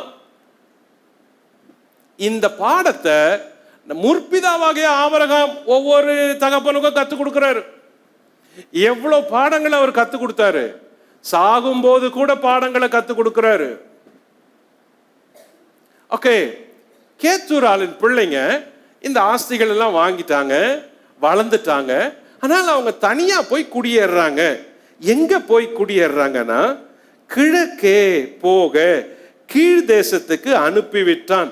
ஈசா கூட இருக்க வேண்டாம், அவங்க தூரம் போய் குடியேறணும் அப்படின்னு. அப்ப இந்த பகுதி எங்க பாருங்க, இவர்களை ஆபிரகாம் தனியே வாழ கிழக்கே கீழ் தேசத்துக்கு அனுப்பிட்டான். கேத்தூராலின் பிள்ளைகள் கீழ் திசையில் 6 பட்டணங்களை கட்டி அங்க குடியேறாங்க. யக்ஷனுடைய குமாரர் சேபா, தேதான் மற்றும் அவர்கள் வம்சத்தினர் இந்த பட்டணங்களில் குடியேறாமல் வனாந்திர பாலைவன தேசங்கள்ல குடியேறாங்க. இந்த பிள்ளைங்க எல்லாம் ஒரு குரூப் பசங்க ஒரு ஏரியால போய் குடியேறுது, மீதம் உள்ள வம்சம் பசங்க வேற ஒரு வனாந்திரத்துல, வெல்டர்னஸ்ல, பாலைவனத்துல போய் குடியேறாங்க. கேத்தூராலின் பிள்ளைங்க எங்க கவனிங்க, இந்த மேப்பை கவனிச்சீங்கன்னா உங்களுக்கு தெரியும், வனாந்திரம் கீழ்திசை. சோ இந்த வரைபடம் நம்ம எல்லாருக்கும் அரபிய பாலைவனத்தின் வரைபடம் எல்லாருக்கும் தெரியும். அப்போ இங்க இருக்கிற ஈசாக்கினுடைய வாழ்வியல்ல இருந்து ஆபிரகாம் கேத்தூராலின் பிள்ளைகளை கீழ் தேசத்துல குடியேற அனுப்பிடுறாரு. அப்படின்னா கேத்துராலின் வம்சத்துல வர அந்த பிள்ளைங்க இங்க குடியேறினாங்கன்னா இவர்களுடைய வம்சம் பின்னாட்கள்ல அரபியர்களுடைய வம்சமா மாறுது. அதனாலதான் அரபிய தேசங்களில இவர்களுடைய வம்சங்களும் பரவி இருக்குது வெவ்வேறு விதங்கள்ல. ஒரே ஒரு கூட்டத்தவர் கிடையாது, ஒரே ஒரு கூட்டத்தவர் கிடையாது, பல இனங்கள், அரபிய இனங்கள் உண்டு. அதுல இந்த இஸ்மவேலருடைய வம்சத்தினரும் கேத்துராலுடைய வம்சத்தினரும் தான் பின்னாட்கள்ல அரபியர்களாக அந்த மத்திய பாலைவன பகுதியில குடியேறாங்க. இப்போ சிம்ரான், யக்ஷான், மேதான், மீதியான், இஸ்பாக், சுவாக் இவங்க எல்லாமே இந்த கீழ் திசை வனாந்தர பாலைவன பகுதியில குடியேறாங்க. இதுதான் இந்த முதல் கூட்டத்தவர் இந்த 25:6 சொல்ற கீழ் திசை தேசத்துக்கு அனுப்பிவிட்டான். கேத்துராலின் பிள்ளைங்க 5 பேர், மீதியானுக்கு 5 பேர். கேத்துராலின் பிள்ளைகள்ல முக்கியமானவங்க மீதியான். இதை குறித்து இதே இடத்துல தான் நம்ம படிக்க வேண்டியது இருக்குது. ஏன்னா பின்னால படிப்போம், அது ஒரு கூட்டமா படிப்போம், வேற ஒரு இனத்தவரா படிப்போம். இந்த கேத்துராலின் பிள்ளைகள்ல முக்கியமானவன் மீதியான் அப்படின்ற ஒரு முக்கிய நபரை இந்த இடத்துல கேட்ச் பண்ணி படிக்க வேண்டியது இருக்குது. இங்க படிச்சுட்டோம்னா பின்னால யாத்திராகும், லேவியராகும், என்னாகும் இந்த பகுதிகளில் வர அந்த மீதியானியரையும், நியாயாதிபதிகள் காலத்துல கூட அந்த மீதியானியர் கூட்டம் வருது. அப்போ புத்தகம் நியாயாதிபதிகள் வரைக்கும் நீங்க மீதியானியரை குறிச்சு படிச்சீங்கன்னா அவங்க யார் அப்படின்னு உங்களுக்கு அங்க கேள்வி கேட்கறதுக்கு முன்னாடி அவங்க யார் அப்படின்னு ஆதியாகமம் 25 படிக்கும் போதே தெரிந்து விட்டால் பின்னால இருக்கிற புஸ்தகங்களையும் செய்திகளையும் தெரிந்து கொள்வது எளிது. மீதியானுக்கு பிறந்த 5 குமாரர். நம்பர் 1 ஏப்பா, ஏபேர், ஆனோக்கு, அபிதா, எல்தாகா. இந்த 5 பேரும் அவங்களுடைய குமாரர். கேத்துராலின் பிள்ளைகள் மீதியானியர் குடியேறிய இடம். இப்ப அவங்களும் இதே கீழ் திசைக்கு குடியேறாங்க. பாருங்க, முக்கிய நபர் கேத்துராலுக்கு வம்சத்துல வர பிள்ளைகள்ல முக்கிய நபர் மீதியான் என்பவன். இவனுடைய வம்சத்துல வர ஒரு கூட்டம் தான் மீதியானியர் கூட்டம் அப்படின்னு சொல்லப்படுது. இப்ப மீதியானின் குமாரர் கிழக்கே கூஷுடைய நிலப்பரப்பில் பெரிய பள்ளத்தாக்கில் குடியேறி அங்கே பட்டணங்களை கட்டினர். அதுவே மீதியான் தேசம் என்று பின்னாட்களில் அழைக்கப்பட்டது. இன்னொரு முக்கிய குறிப்பு, நம்பர் 2, பழைய ஏற்பாட்டில் ஆதியாகமத்தில் மட்டுமே கானானியர், மோவாப்பியர், அம்மோனியர், ஏதோமியர், பெலிஸ்தியர், அமலேக்கியர் போன்ற இனத்தவர்களுள் மீதியானியர் என்ற இனத்தவரும் இருந்தனர். இப்ப இவ்வளவு இனத்தவர்களும் பாப்புலர் குரூப். இதுல ஒரு குரூப் மீதியான்.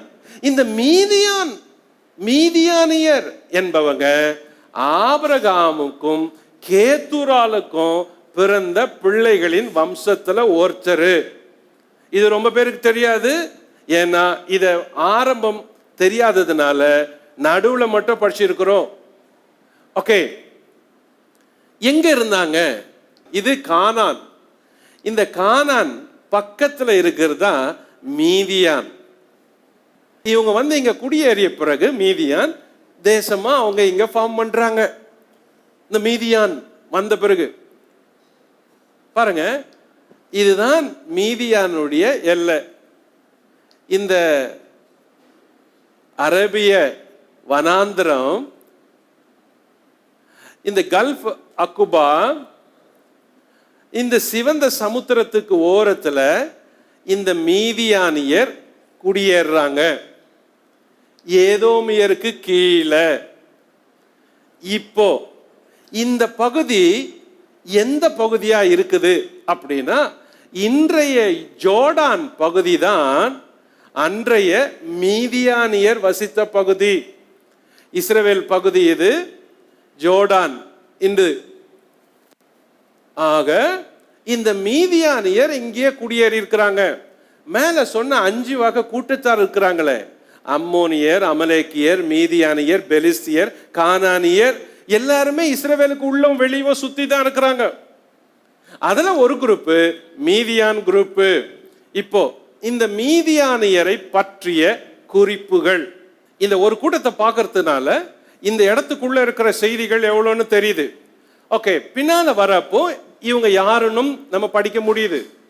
ஒரு தடவை இதை படிச்சுட்டோம்னா மீதி புஸ்தகத்துக்கு இந்த குறிப்புகள் அடிப்படையா இருக்கும். ஓகே, பழைய ஏற்பாட்டிலே ஆதியாகமத்தில் கானானியர், மோவாப்பியர், அம்மோனியர், ஏதோமியர், பெலிஸ்தியர், அமலேக்கியர் போன்ற இனத்தவருள் மீதியானியர் என்ற இனத்தவரும் இருந்தனர். ஆபிரகாமுக்கு கேத்துரால் பெற்ற மீதியான் என்பவனுடைய வம்சத்தில் வருபவர்களே மீதியானியர். மீதியானியர் வம்சம் என்று அழைக்கப்படுகிறது. ஆதியாகமம் 25:1-4. ஓகே, மீதியானுடைய தேசம். நம்பர் 1, மீதியானியர் யோர்தானின் கிழக்கு திசையில் வசித்தனர். நம்பர் 2, மீதியானியர்ல வேறு சிலரோ ஓரே பருகில் வசித்து வந்தனர். நம்பர் 3, மீதியானியர் வசித்த பகுதி மீதியான் தேசம் என்று அழைக்கப்பட்டது. யாத்திராகம் 2:16. இந்த குறிப்புகளை படிக்கிறதுனால எவ்வளவு முக்கியமான செய்திகளும் கேள்விகளுக்கு பதில்களும் கிடைக்க போது பாருங்க. இப்போ மீதியானியர் வசித்து வந்த பகுதி மீதியான் தேசம் என்று அழைக்கப்பட்டது. நம்பர் 4, மீதியானியரில் யெகோவாவை வணங்கி வந்த மக்களும் இருந்தனர். ஏன்? ஆபிரகாமுடைய வம்சத்திலிருந்து வந்தவங்க. யாத்திராகம் 2:16, யாத்திராகம் 18:9-12. இந்த யாத்திராகம் 2:16 வாசித்தீங்கன்னா மோசே எகிப்திலிருந்து தப்பி மீதியான் தேசத்துக்கு போய் ஒரு கிணற்று துறவண்டையில தங்குறாரு. அங்க ஒரு ஆசாரியனுடைய பெண்களை சந்திக்கிறாரு. அந்த ஆசாரியன் அந்த ஊர்ல இருந்தான். கவனிங்க, மீதியான் தேசத்தில் இருந்த ஆசாரியன் ஒருவன் இருந்தான். அவன் பேரு ரெகுவேல் என்று கூறப்படுகிறது. இப்போ எல்லாருக்கும் ஒரு சந்தேகம் வரும். மோசே போய் துறவுல, அந்த மீதியான் தேசத்து துறவுல உட்கார்ந்து இருக்கிறாரு. எகிப்துல அவர் ஒரு கொலையை செஞ்சிட்டு தப்பிச்சு ஓடி, பார்வோனுக்கு பயந்து தப்பிச்சு ஓடி மீதியான் தேசத்துல உட்கார்றாரு ஒரு துறவு ஓரத்துல. அப்ப ஆடுகளை மேய்த்து மேய்ப்பர்கள் வராங்க. அதுல ஒரு சில பெண்களும் வராங்க. அப்போ அந்த மேய்ப்பர்கள் அந்த பெண்களுக்கு தண்ணீர் காட்ட மறுக்கிறாங்க. மோசே போய் குறுக்க நின்று தண்ணீர் காட்டுறான். அந்த பெண்கள் மேய்த்து வந்த ஆடுகளுக்கு தண்ணீர் காட்டுறான். இப்போ அந்த பெண்கள் போய் அவங்க அப்பா கிட்ட சொல்றாங்க. அவங்க அப்பா கேட்கிறாரு, என்னம்மா இன்னைக்கு இவ்வளவு சீக்கிரம் வந்துட்டீங்களே அப்படின்னு. அப்போ அந்த பெண்கள் சொல்லுது, எகிப்துல இருந்து ஒரு புருஷன் வந்தாரு, ஒரு ஆள் வந்தாரு, அவர் எங்களுக்கு உதவி செஞ்சாரு, எங்களுக்கு விரோதமா நின்ன மேய்ப்பர்களை அவர் தடுத்து எங்களுக்கு தண்ணி காட்டும்படி உதவினாரு அப்படின்னு. அவன் ஏன் அங்க விட்டு வந்தீங்க, அவனை கூட்டிட்டு வர வேண்டியது தானே அப்படின்னு அந்த தகப்பனார் இந்த பிள்ளைங்களுக்கு சொல்லி மோசேவை அவங்க வீட்டுக்கு கூட்டு வராங்க. அந்த ஆளுடைய பேரு ரெகுவேல். ஆனால் அவன் மீதியான் தேசத்தில் ஆசாரியனாயிருந்தான். கேள்வி, எப்படி ஒரு ஆசாரியன் அந்த ஊர்ல புதுசா வர முடியும் அப்படின்றது ஒரு கேள்வி வரும் வழக்கமா படிக்கிறவங்களுக்கு.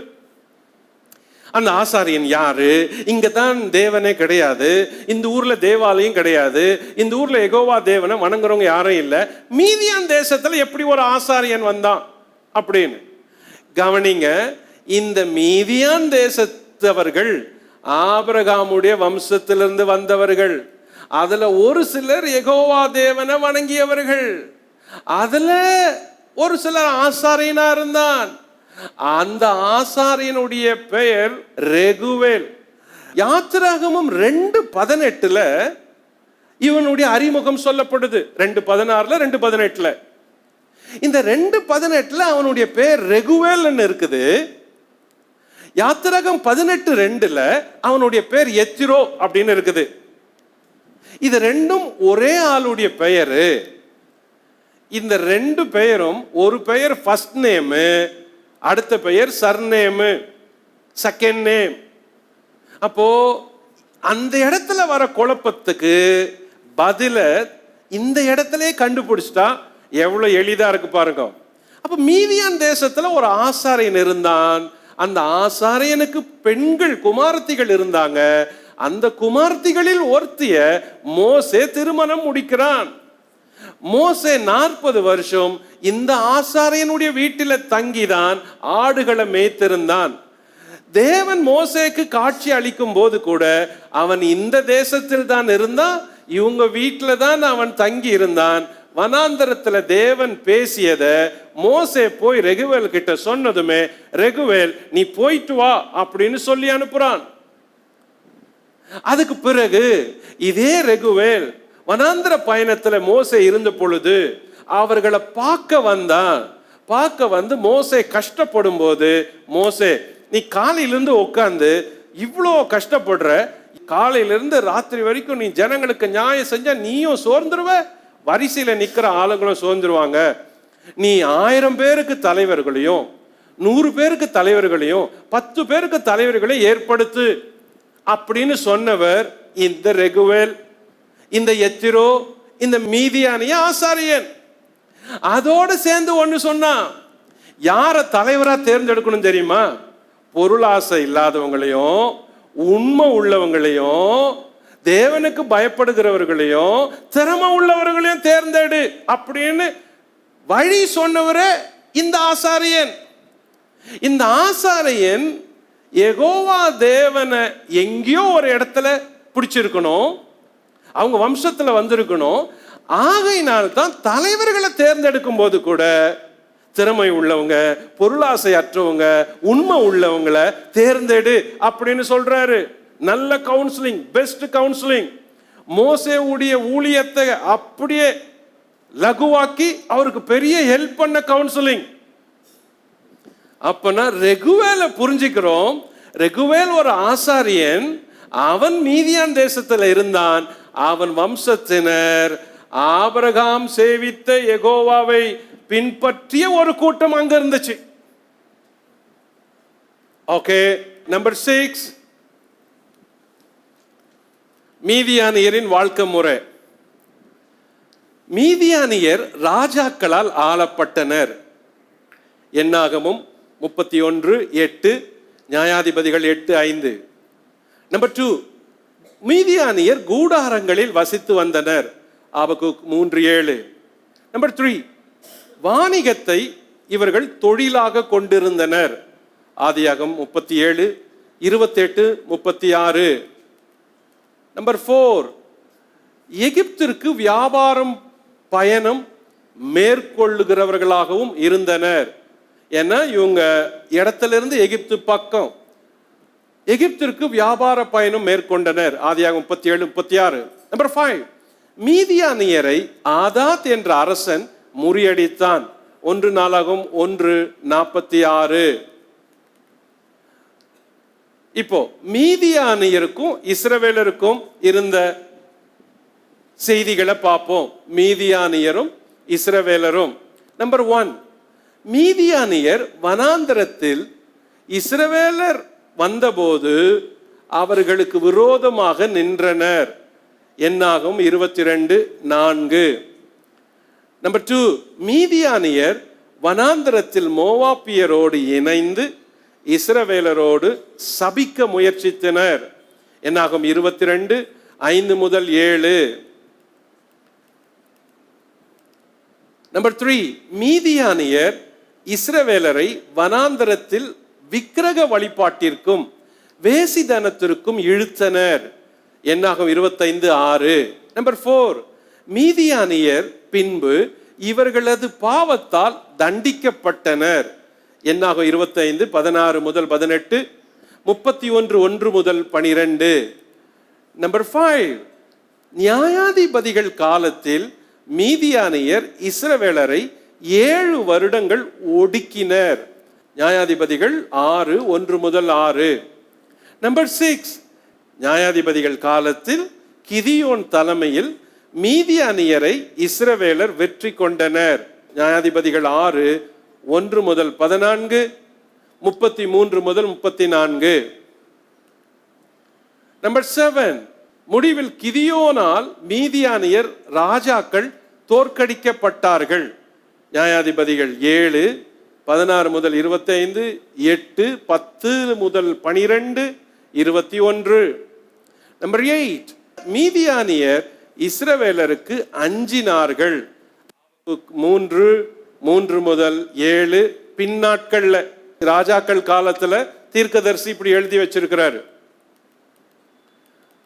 நம்பர் 9, மீதியானியர் அழிவை பற்றி ஏற்கனவே முன்னுரைக்கப்பட்டுள்ளது. சங்கீதம் 83 9 முதல் 11. நம்பர் 10, பின்னாட்களில் கர்த்தரின் சுவிசேஷம் மீதியானியருக்கும் சென்றது. ஏசாயா 60 6.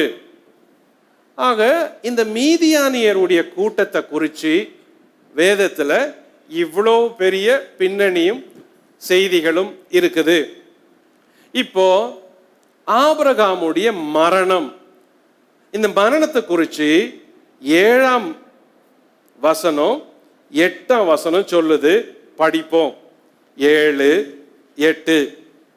ஆபிரகாம் உயிரோடு இருந்த ஆயுசு நாட்கள் 175 வருஷம்.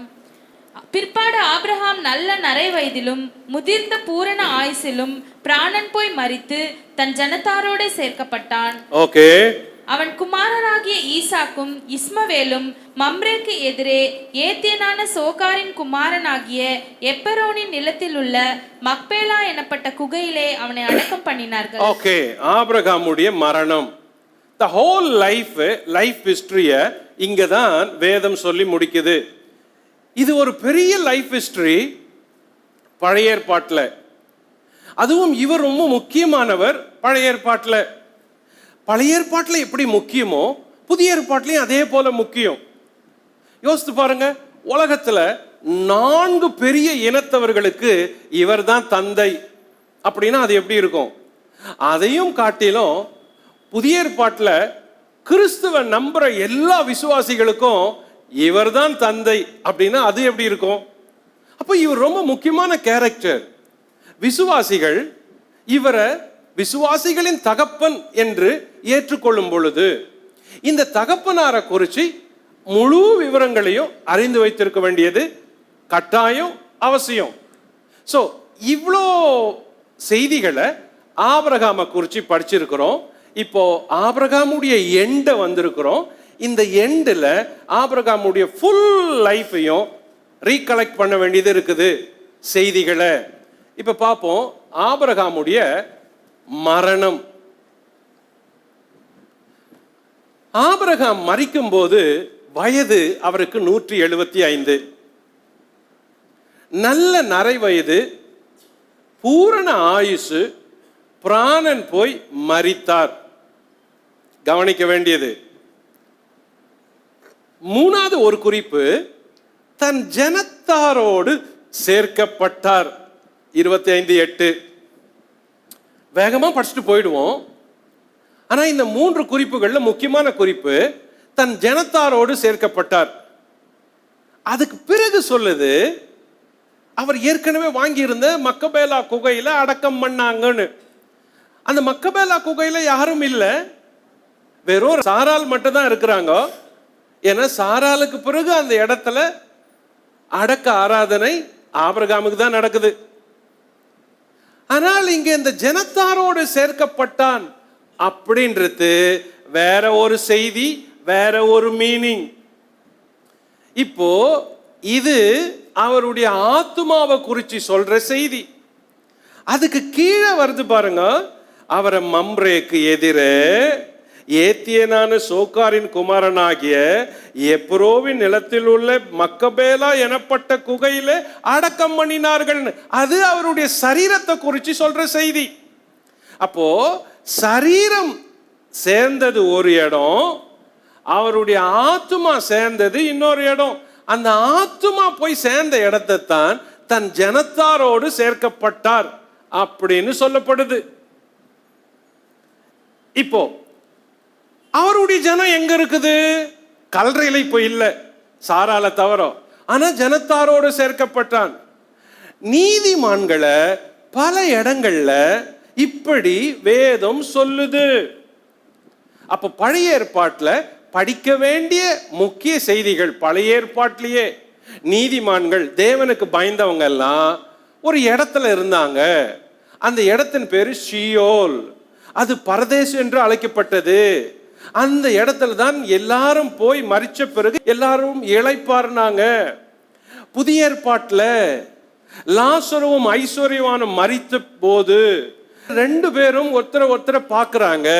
அப்போ ஐஸ்வர்யவான் லாசரை பார்க்கிறான், லாசரு ஆபிரகாமுடைய மடியில் இருக்கிறான். அப்போ ஆபிரகாம் பின்னாட்கள்ல கூட அந்த பரதேசுல, அந்த ஜீவனுள்ளோர் தேசத்துல சீயோல்ல மரித்த நீதிமான்கள் போய் தங்கி இருக்கிற இடத்துல போய் சேர்ந்துட்டாரு அப்படின்னு பொருள். அப்போ தன் ஜனத்தாரோடு சேர்க்கப்பட்டான்னா ஆபிரகாமுக்கு முன்னாடியே பலர் தேவனை நம்பினவங்க, விசுவாசித்தவங்க, அவரை ஏற்றுக்கொண்டவங்க, தொழுதவங்க, பெரிய பட்டியல் இருக்குது.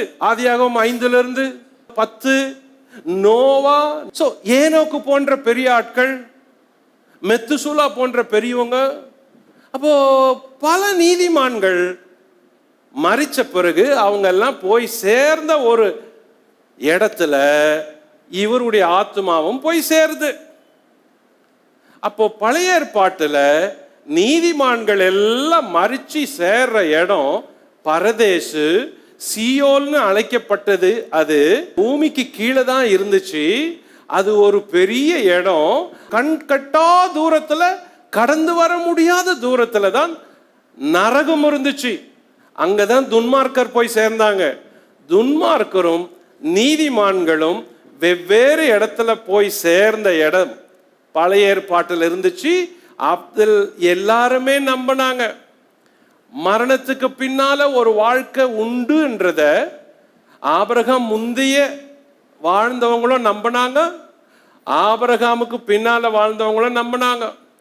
ஆதியாகம காலத்துல வாழ்ந்த யோபு கூட மரணத்துக்கு பின்னால ஒரு வாழ்க்கை உண்டு என்பதை அவர் புஸ்தகங்கள்ல சொல்லி இருக்குது. யோபு 28-32 வரை வாசித்த பல செய்திகள் அதுல சொல்லுது. இதே போல ஒரு குறிப்பு ஈசாக்கு மரித்து தன் ஜனத்தாரோடு சேர்க்கப்பட்டான். தாவீது மரித்து தன் ஜனத்தாரோடு சேர்க்கப்பட்டான். பழைய ஏற்பாட்டு பக்தர்களுக்கு அப்படி ஒரு அடமொழி கொடுக்கப்பட்டதுக்கு காரணம் அவங்க நீதிமான்கள் வசிக்கிற இடத்துக்கு போயிட்டாங்க அப்படின்னு. இன்னொன்னு, பழைய ஏற்பாட்டு பக்தர்கள் மரணத்தை கண்டு பயப்படவே இல்லை. பூரண ஆயுசு வாழ்ந்ததும் அவங்க சந்தோஷமா அந்த மரணத்துக்கு பிரவேசிக்கிறாங்க. யாக்கோபு உதாரணம், யோசேப்பு அதற்கு உதாரணம், தாவீது அதற்கு உதாரணம், மோசே அதற்கு ஒரு உதாரணம். யாரும் மரணத்தை கண்டு பயப்படல, ரெடியா இருந்தாங்க. தங்கள் வாழ்க்கையினுடைய பரிபூரண நாட்கள் வந்து முடிஞ்ச பிறகு மகிமையா அவங்க மரணத்துக்குள்ள பிரவேசித்து இந்த இடங்கள் சேர்க்கப்படுறாங்களே, இந்த பரதேசிக்குள்ள நீதிமான்கள் எல்லாம் போய் சேர்க்கப்பட்டு ஒரே இடத்துல இருக்கிறாங்களே, அதுக்குள்ள போய் தங்குறாங்க. இந்த ஒரு சின்ன செய்தியில ஆபிரகாம் நித்தியத்துல இருக்கிறார், சேர்க்கப்பட்டார் அப்படின்னு செய்தி சொல்லுது. இதுக்குனுடைய தொடர்ச்சி உதாரணம் தான் அந்த புதிய ஏற்பாட்டில் லூக்காவில் வர லாசரு ஐஸ்வர்யவான் உடைய சம்பவத்தை கூட நம்ம மெர்ஜ் பண்ணி பார்க்க முடியும். நம்பர் 4, ஆபிரகாம மக்கபேலா குகையில் ஈசாக்கும் இஸ்மவேலும் அடக்கம் பண்ணினர். சரி, இப்ப இவருடைய மரணத்தை சொல்லுது. இந்த மரணத்தை சொல்ற இந்த அதிகாரம் ஆபிரகாமுடைய மரணத்தை சொல்லிட்டு அதுக்கு பிறகு இஸ்மவேலுடைய மரணத்தை சொல்லுது. இதே அதிகாரத்துல கவனிங்க, 25:17. இஸ்மவேலின் வயது 137. பின்பு அவன் பிராணன் போய் மரித்து தன் ஜனத்தாரோட சேர்க்கப்பட்டான். சோ இவனும் மரிக்கிறான். இங்க ரெண்டாவது ஆள், முக்கியமான ஆள், அவருடைய மரணத்தையும் சொல்லுது. இவங்க எல்லாம் மரிச்சிட்ட பிறகு மூணாவது ஒரு ஹிஸ்டரி இங்க தொடங்குது. எங்க 19, ஆபிரகாமின் குமாரனாகிய ஈசாக்குடைய வம்ச வரலாறு. ஆபிரகாம் ஈசாக்கை பெற்றான், ஈசாக்கு ரெபெக்காளை விவாகம். இப்போ இந்த இடத்துல இருந்து ஈசாக்குடைய வம்சம், குடும்பம், பிள்ளைங்க, அவங்களுக்கு என்ன நடந்துச்சுன்னு மூணாவது பகுதியில வருது. வாசகன், ஒரு வேதத்தை படிக்கிற வாசகன் என்ன நினைப்பாரு? இந்த இடத்துல வந்தா என்ன நினைச்சு படிப்போம் அப்படின்னா, ஆபிரகாம் மரிச்சிட்டாரு, அதுக்கு பிறகு இஸ்மவேலும் மரிச்சிட்டாரு, அதுக்கு பிறகு ஈசாக்குடைய வாழ்க்கை வருது, ஈசாக்குடைய பிள்ளைங்க, பிள்ளைங்களினுடைய பிள்ளைங்க. ஸோ ஆபிரகாமுக்கு பின்னாடி தான் இவங்க எல்லாம் வராங்க. ஆபிரகாமுக்கு இவங்களை இனி தெரியாது, பார்க்க முடியாது அப்படின்னு நினைப்போம். நீங்க காமன் ரீடிங்ல வந்தீங்கன்னா இப்படி தான் தோணுது. இப்போ புதிய ஏற்பாட்டில் வரப்ப எபிரேய ஆக்கியோன் இப்படி ஒரு குறிப்பை சொல்றான். 11:9 வாசிங்க. எபிரேயர் 11:9. விசுவாசத்தினாலே அவன் வாக்குத்தத்தம் பண்ணப்பட்ட தேசத்திலே பரதேசியைப் போல சஞ்சரித்து அந்த வாக்குத்தத்தத்திற்கு உடன் சுதந்திரராகிய ஈசாக்கோடும் யாக்கோபோடும் கூடாரங்களிலே குடியிருந்தான். எப்படி? யாரை குறிச்சு சொல்லுது? யாரை குறிச்சுமா சொல்லுது இது? இந்த வசனம் எபிரேய வசனம் ஆபிரகாமை குறிச்சு சொல்லுது. ஆனா என்ன சொல்லுது? விசுவாசத்தினால கூடாரங்கள்ல யாரோட குடியிருந்தான்? பாருங்க, வசனம் பாருங்க. ஈசாக்கோடும். அது என்ன புதுசா யாக்கோபோடும்? இனிமே தானே ஆதியாகமம் 25 கடைசியில தானே யாக்கோபு வராரு.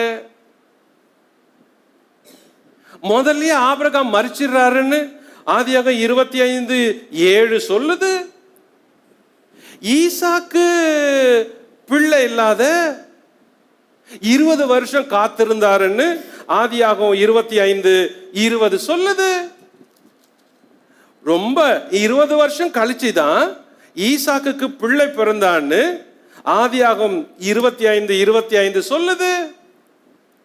அப்ப புதுசா கூடாரத்துல குடியிருந்தான் அப்படின்னு எபிரேய ஆக்கியோன் சொல்றாரு.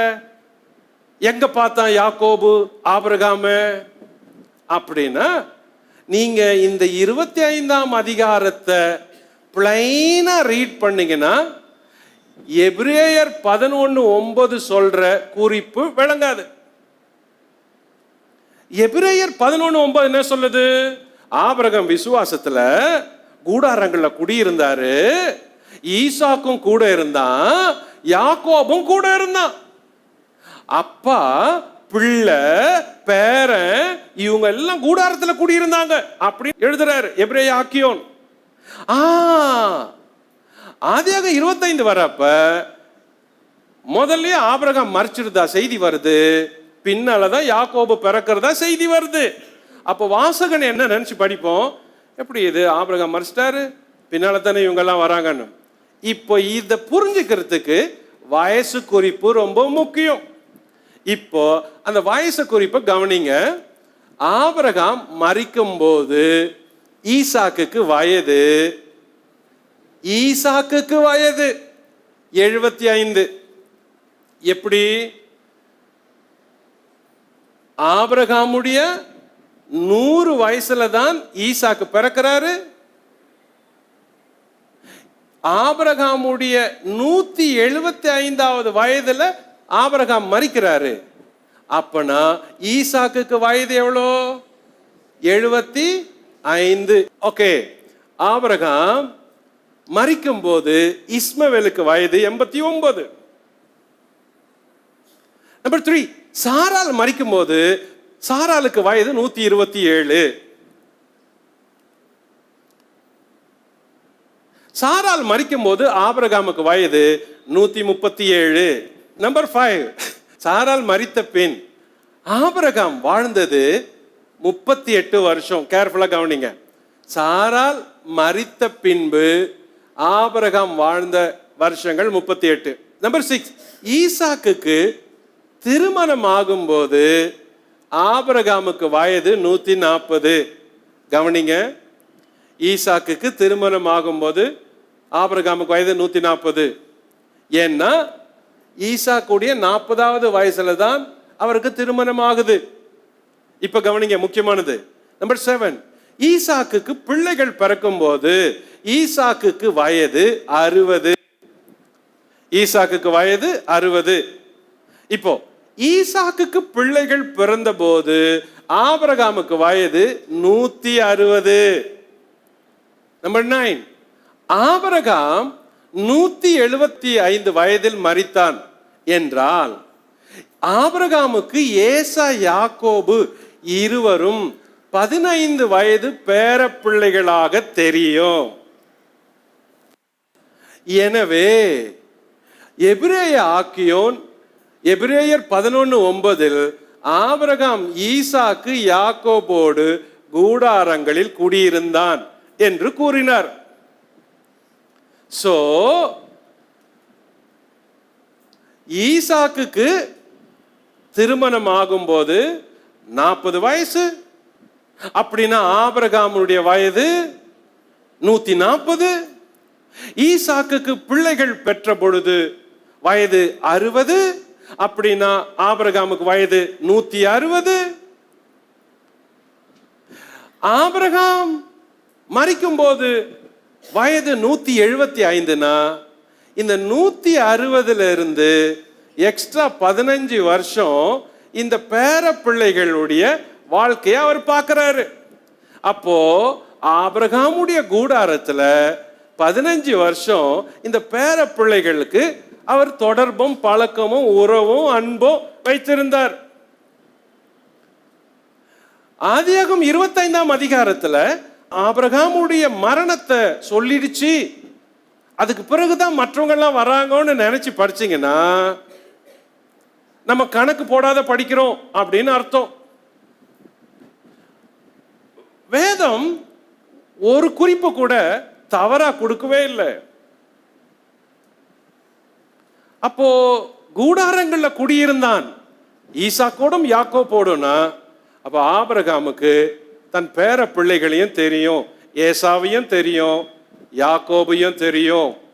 ஓகே, ஆபிரகாம் வாழ்க்கையை பற்றிய குறிப்பு. ஆதியாகமத்துல 50 அதிகாரம் 2 பகுதிகள். முதல் பகுதி 1 முதல் 11 4 நிகழ்ச்சிகள். நிகழ்ச்சி 1 படைப்பு, 2 வீழ்ச்சி, 3 ஜலப்பிரளயம், 4 தேசங்கள் பிரிதல். பகுதி 2 ஆதியாகமம் 12 முதல் 50 வரை 4 நபர்கள்: ஆபிரகாம், ஈசாக்கு, யாக்கோபு, யோசேப்பு. இந்த 4 நபர்கள்ல ஆபிரகாம் மிக முக்கியமானவர். இந்த 4 நபர்களுடைய செய்திகளை ஆதியாகமம் 12 முதல் 50 வரை சொல்லி இருக்குது. இந்த 4 பேர்ல இந்த செய்திகள்ல அதிகமான அதிகாரங்கள், பக்கங்கள், செய்திகளை ஆபிரகாமுக்கு சொல்லி இருக்குது. அதுக்கு பிறகு யாக்கோபுக்கும் யோசேப்புக்கும் சொல்லி இருக்குது வேதம். இப்ப பாத்தீங்கன்னா இந்த லைன்ல ஆபிரகாம குறித்து தான் அதிகமான செய்திகள் இடம்பெற்றிருக்கிறத பார்க்க முடியுது.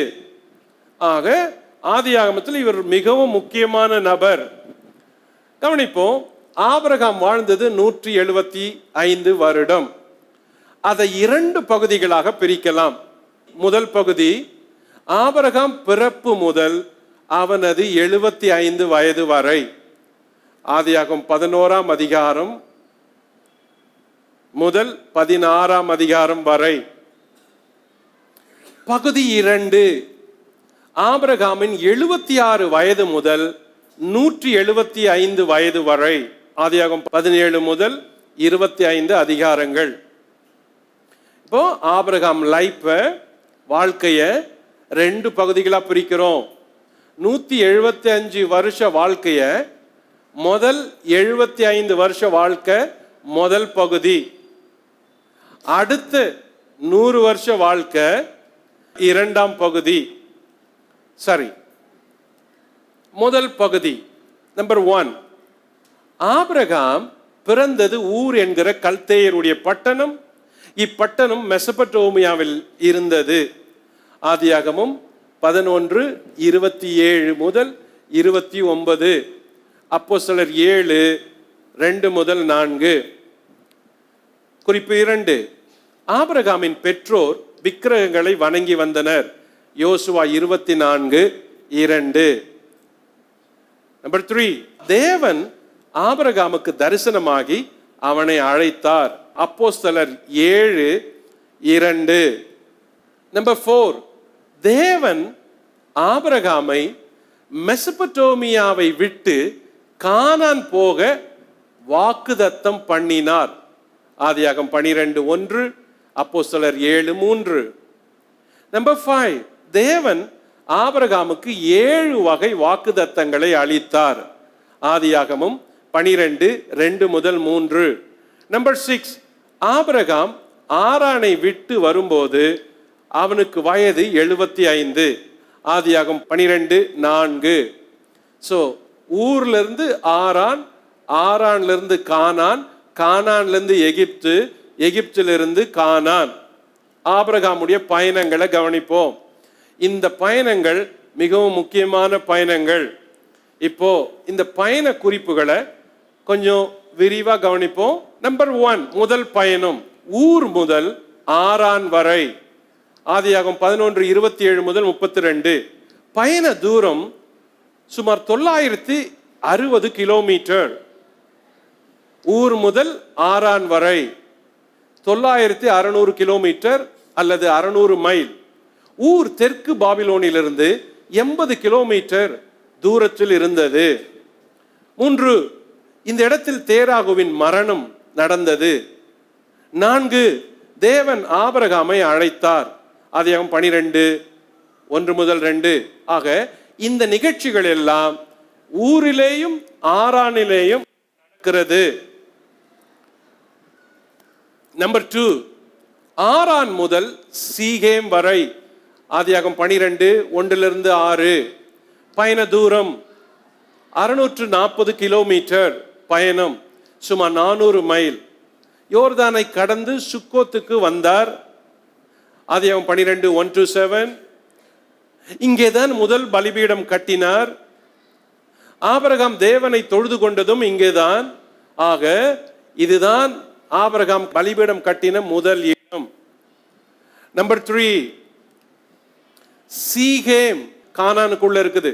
சீகேம் முதல் பெத்தேல் வரை. ஆதியாகமம் 12:8. பயண தூரம் அவர் பயணித்தது 32 கிலோமீட்டர் அல்லது 20 மைல். 2வது பலிபீடத்தை இங்கே கட்டினார். தேவனை தொழுது கொண்டார். இந்த இடத்தில்தான் கானானில் பஞ்சம் வந்தது. இந்த பஞ்சம் வந்ததினால்தான் இங்கிருந்து அவர் அடுத்த இடத்திற்கு செல்லுகிறார். பயணம் 4, பெத்தேல் முதல் எகிப்து வரை. ஆதியாகமம் 12:9 முதல் 10. பயண தூரம் 360 கிலோமீட்டர். ஆபிரகாம் பயணித்தது 360 கிலோமீட்டர், 225 மைல். தென்மேற்கு பகுதி. ஆபிரகாம் எகிப்தில் இருந்தது இங்குதான். தன் மனைவியை சகோதரி என்று சொன்னதும் இந்த எகிப்தில் தான். ஸோ எகிப்தில் தங்கி இருக்கிறாரு. இப்போ எகிப்தில் இருந்து அடுத்த பயணத்தை மேற்கொள்றாரு. 5, எகிப்து முதல் பெத்தேல் வரை. திரும்பவும் பெத்தேலுக்கு வந்துடுறாரு. ஆதியாகமம் 13:1-4. பயண தூரம் 360 கிலோமீட்டர், 225 மைல். வடகிழக்கு பகுதி. ஆபிரகாம் கானான் திரும்பினார். கூடாரம் போட்டு பெத்தேலில் பலிபீடம் கட்டினார். லோத் இந்த இடத்தில் வந்த பிறகுதான் ஆபிரகாமை விட்டு பிரிந்தார். ஆபிரகாம் பெத்தேலிலே குடியிருந்தார். ஆக பெத்தேலில் இருக்கும்போதுதான் இவ்வளவு நிகழ்ச்சிகளும் நடந்தது. நம்பர் 6, பெத்தேல் முதல் மம்ரே வரை. மம்ரே பின் நாட்களில் இந்த பெயர் எபிரோன் என்று அழைக்கப்பட்டது. ஆதியாகமம் 13:18. பயண தூரம் 56 கிலோமீட்டர், சுமார் 35 மைல். ஆபிரகாம் எபிரோனில் தேவனுக்கு கட்டின 3வது பலிபீடம் இங்குதான். பலிபீடம் கட்டி தொழுது கொண்டார். 7 எபிரோன் முதல் ஓபா வரை, அதாவது மம்ரே முதல் ஓபா வரை. எபிரோனுக்கு மறுபெயர் மம்ரே, மம்ரேக்கு மறுபெயர் எபிரோன். ஆதியாகமம் 14:1-16. தமஸ்குவுக்கு அருகே இருந்த இடம் இது, இந்த ஓபா. பயண தூரம் 256 கிலோமீட்டர், சுமார் 160 மைல். ராஜாக்களோடு போரிட்டது இங்குதான். லோத்தை காப்பாற்றி கொண்டு வந்தது இங்குதான். கொள்ளையிட்ட பொருட்களை தான் ஒன்றும் எடுக்காமல் பகிர்ந்து கொடுத்தது இங்குதான். Okay, number 8. ஓபா முதல் எபிரோன் வரை அல்லது மம்ரே வரை. ஆதியாகமம் 14:16-20. அவர் பயணித்த தூரம் 160 கிலோமீட்டர், சுமார் 100 மைல். மெல்கிசேத்தை சந்தித்தார். தேவன் மீண்டும் வாக்கு பண்ணினார். தனது 86வது வயதில் இஸ்மவேல் பிறந்தான். தேவன் மீண்டும் ஆபிரகாமுக்கு வாக்கு பண்ணினார். தேவன் ஆபிராமுக்கு ஆபிரகாம் என பெயரை மாற்றினார். இந்த அனைத்து நிகழ்ச்சிகளும் இந்த இடத்திலே நடந்தது.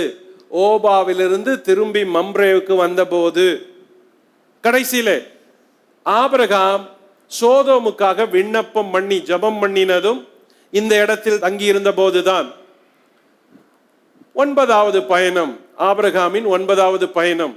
எபிரோன் முதல் கேரார் வரை. பயண தூரம் 40 மைல்.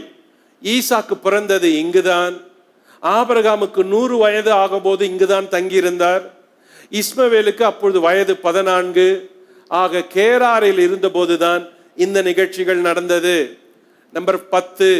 கேரார் முதல் பெயர்சபா வரை. ஆதியாகமம் 27:27-34. அபிமெலேக்கை சந்தித்தது இங்குதான். அபிமெலேக்கோடு உடன்படிக்கை செய்ததும் இங்குதான். நம்பர் 11. பெயர்சபா முதல் மோரியா மலை வரை. ஆதியாகமம் 22:1-14. மோரியாவின் மறுபெயர் எருசலேம். பயண தூரம் 88 கிலோமீட்டர், அதாவது 55 மைல். 4வது பலிபீடத்தை ஆபிரகாம் இங்குதான் கட்டினார். ஈசாக்கை பலியிட சென்றது இங்குதான். 2000 வருடங்கள் கழித்து தேவன் தமது குமாரன் இயேசுவை உலகத்தில் உள்ள எல்லா ஜனங்களுக்காக பலியிட்டதும் இங்குதான். இந்த மோரியா என்று அழைக்கப்பட்ட இடம், அன்று அது மோரியா, இன்று எருசலேம். நம்பர் 12. மோரியா மலை முதல் பெயர்சபா வரை. ஆதியாகமம் 22:10, அப்போஸ்தலர் 7:2-4. பயண தூரம் 88 கிலோமீட்டர், 55 மைல். தன் உறவினர் பற்றிய செய்தி வந்தது இங்குதான். அதாவது ரெபேக்காள் பிறந்தாள் என்ற செய்தியை அவர் இங்கு இருக்கும்போதுதான் பெற்றார். சாராளுடைய மரணம் இங்கு இருக்கும்போதுதான் நடந்தது. மக்கபேலா குகையை வாங்கியதும் சாராளை அடக்கம் பண்ணியதும் ஆபிரகாம் பெயர்சபாவில் இருந்தபொழுதுதான் நடந்தது. ஈசாக்குக்கு பெண் பார்க்க எலியேசரை அனுப்பியதும் ஆபிரகாம் பெயர்சபாவில் இருந்தபோதுதான் நடந்தது. நம்பர் 13. பெயர்சபா முதல் எபிரோன் வரை. பயண தூரம் 48 கிலோமீட்டர், அதாவது 30 மைல். ஆபிரகாம் கேத்துராலோடு வாழ்ந்தது இங்குதான். ஆபிரகாமின் மரணம் நடந்ததும் இங்குதான். அப்பொழுது அவருக்கு வயது 175. ஆபிரகாமை மக்கபேலா குகையில் அடக்கம் பண்ணினார்கள். ஆக அவருடைய கடைசி பயணமும் எபிரோனில் தான் இருந்தது. ஆபிரகாமுக்கு சிறப்பு பெயர்கள் 4. நம்பர் 1, விசுவாச மனிதன், மேன் ஆஃப் ஃபெய்த். எபிரேயர் 11:8 அவரை அப்படிதான் அழைக்கிறது. நம்பர் 2, விசுவாசிகளின் தகப்பன் அல்லது விசுவாச தகப்பன், ஃபாதர் ஆஃப் ஃபெய்த் என்று கலாத்தியர் 3:7 அழைக்கிறது. நம்பர் 3, தேவனின் நண்பன், ஃப்ரெண்ட் ஆஃப் காட், யாக்கோபு 2:23 அப்படி சொல்லுகிறது. நம்பர் 4, தீர்க்கதரிசி, தேவனுடைய தீர்க்கதரிசி, ப்ராஃபட் ஆஃப் காட் என்று தேவனே அழைத்தார். ஆதியாகமம் 20:7. இவைகள் ஆபிரகாமுக்கு சொல்லப்பட்ட சிறப்பு பெயர்கள். தேவன் ஆபிரகாமுக்கு அளித்த வாக்குத்தத்தங்களை கவனியுங்கள். முதல் முறை ஆரானில் இருக்கும்போது தேவன் ஆபிரகாமுக்கு வாக்கு பண்ணினார். ஆதியாகமம் 12:1-4. 2, சீகேமில் இருக்கும்போது வாக்கு பண்ணினார். ஆதியாகமம் 12:7. 3, பெத்தேலில் இருந்தபோது வாக்கு பண்ணினார். ஆதியாகமம் 13:14-17. 4, எபிரோனில் இருக்கும்போது வாக்கு பண்ணினார். ஆதியாகமம் 15:5-18. 5ஆம் வசனம் 18ஆம் வசனம். நம்பர் 5, மீண்டும் ஆபிரகாம் எபிரோனில் இருந்தபோது தேவன் வாக்கு பண்ணினார். ஆதியாகமம் 17:1-8. நம்பர் 6, தேவன் ஈசாக்கு கேராரில் இருந்தபோது வாக்கு பண்ணினார். ஆதியாகமம் 26:3-4. இதற்கு பிறகு அதே வாக்குத்தத்தங்களை தேவன் யாக்கோபுக்கு அவன் பெத்தேலில் இருந்தபோது வாக்கு பண்ணினார். ஆதியாகமம் 28:13-14. இதற்கு பிறகு தேவன் யாக்கோபுக்கு பதான் அராமில் அந்த வாக்குத்தத்தத்தை திரும்பவும் புதுப்பிக்கிறார். திரும்பவும் யாக்கோபுக்கு சொல்லுகிறார். ஆதியாகமம் 35:11-12. நம்பர் 9, யாக்கோபுக்கு பெயர் சபாவில் தேவன் மீண்டும் வாக்கு பண்ணினார். ஆதியாகமம் 46:3-4. கடைசியில் நம்பர் 10, யோசேப்பு நினைவு கூறியது கூட தேவன் வாக்கு பண்ண இந்த வாக்குத்தத்தத்தை. ஆதியாகமம் 50:24. ஆக இவ்வளவு வாக்குத்தத்தங்களும் ஒரு மனுஷனுக்கும் அந்த மனுஷன் மூலம் வரும் அந்த சந்ததிக்கும் தேவன் திரும்ப திரும்ப வாக்கு பண்ணியதை இந்த பகுதிகளில சொல்லப்பட்டிருக்கிறது. ஸோ இந்த இடத்துல இன்னைக்கு இங்க முடிக்கிறேன். இதனுடைய தொடர்ச்சிய ஆபிரகாமுடைய மரணம், ஆபிரகாமுடைய மரணத்துக்கு பிறகு வர ஒரு சரித்திரம், இஸ்மவேலின் சரித்திரம். அந்த இஸ்மவேலின் சரித்திரத்துக்கு பிறகு இதே அதிகாரத்தில் ஈசாக்கினுடைய சரித்திரம். அந்த ஈசாக்கினுடைய குடும்பத்தில் என்ன நடந்தது என்பதை மீண்டும் இந்த அதிகாரத்தின் தொடர் சம்பவங்களில் கவனிப்போம். கண்களை மூடி தலைகளை தாழ்த்தி ஆண்டவருக்கு நன்றி செலுத்துவோம். பரலோக பிதாவே,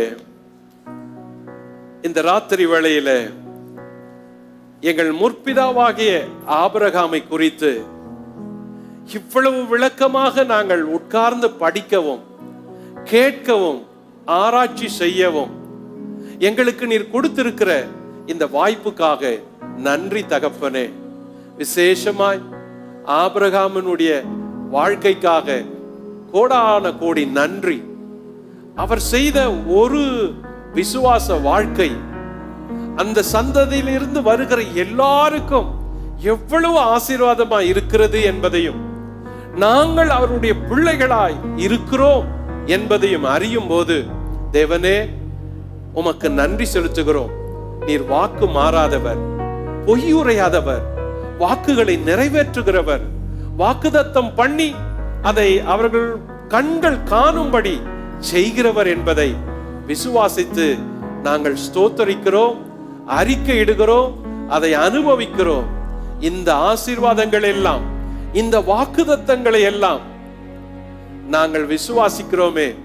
எங்களுக்கு கூட இந்த ஆசீர்வாதம் எங்கள் மேல வந்து தங்க வேண்டும் என்று ஜெபிக்கிறோம்பா.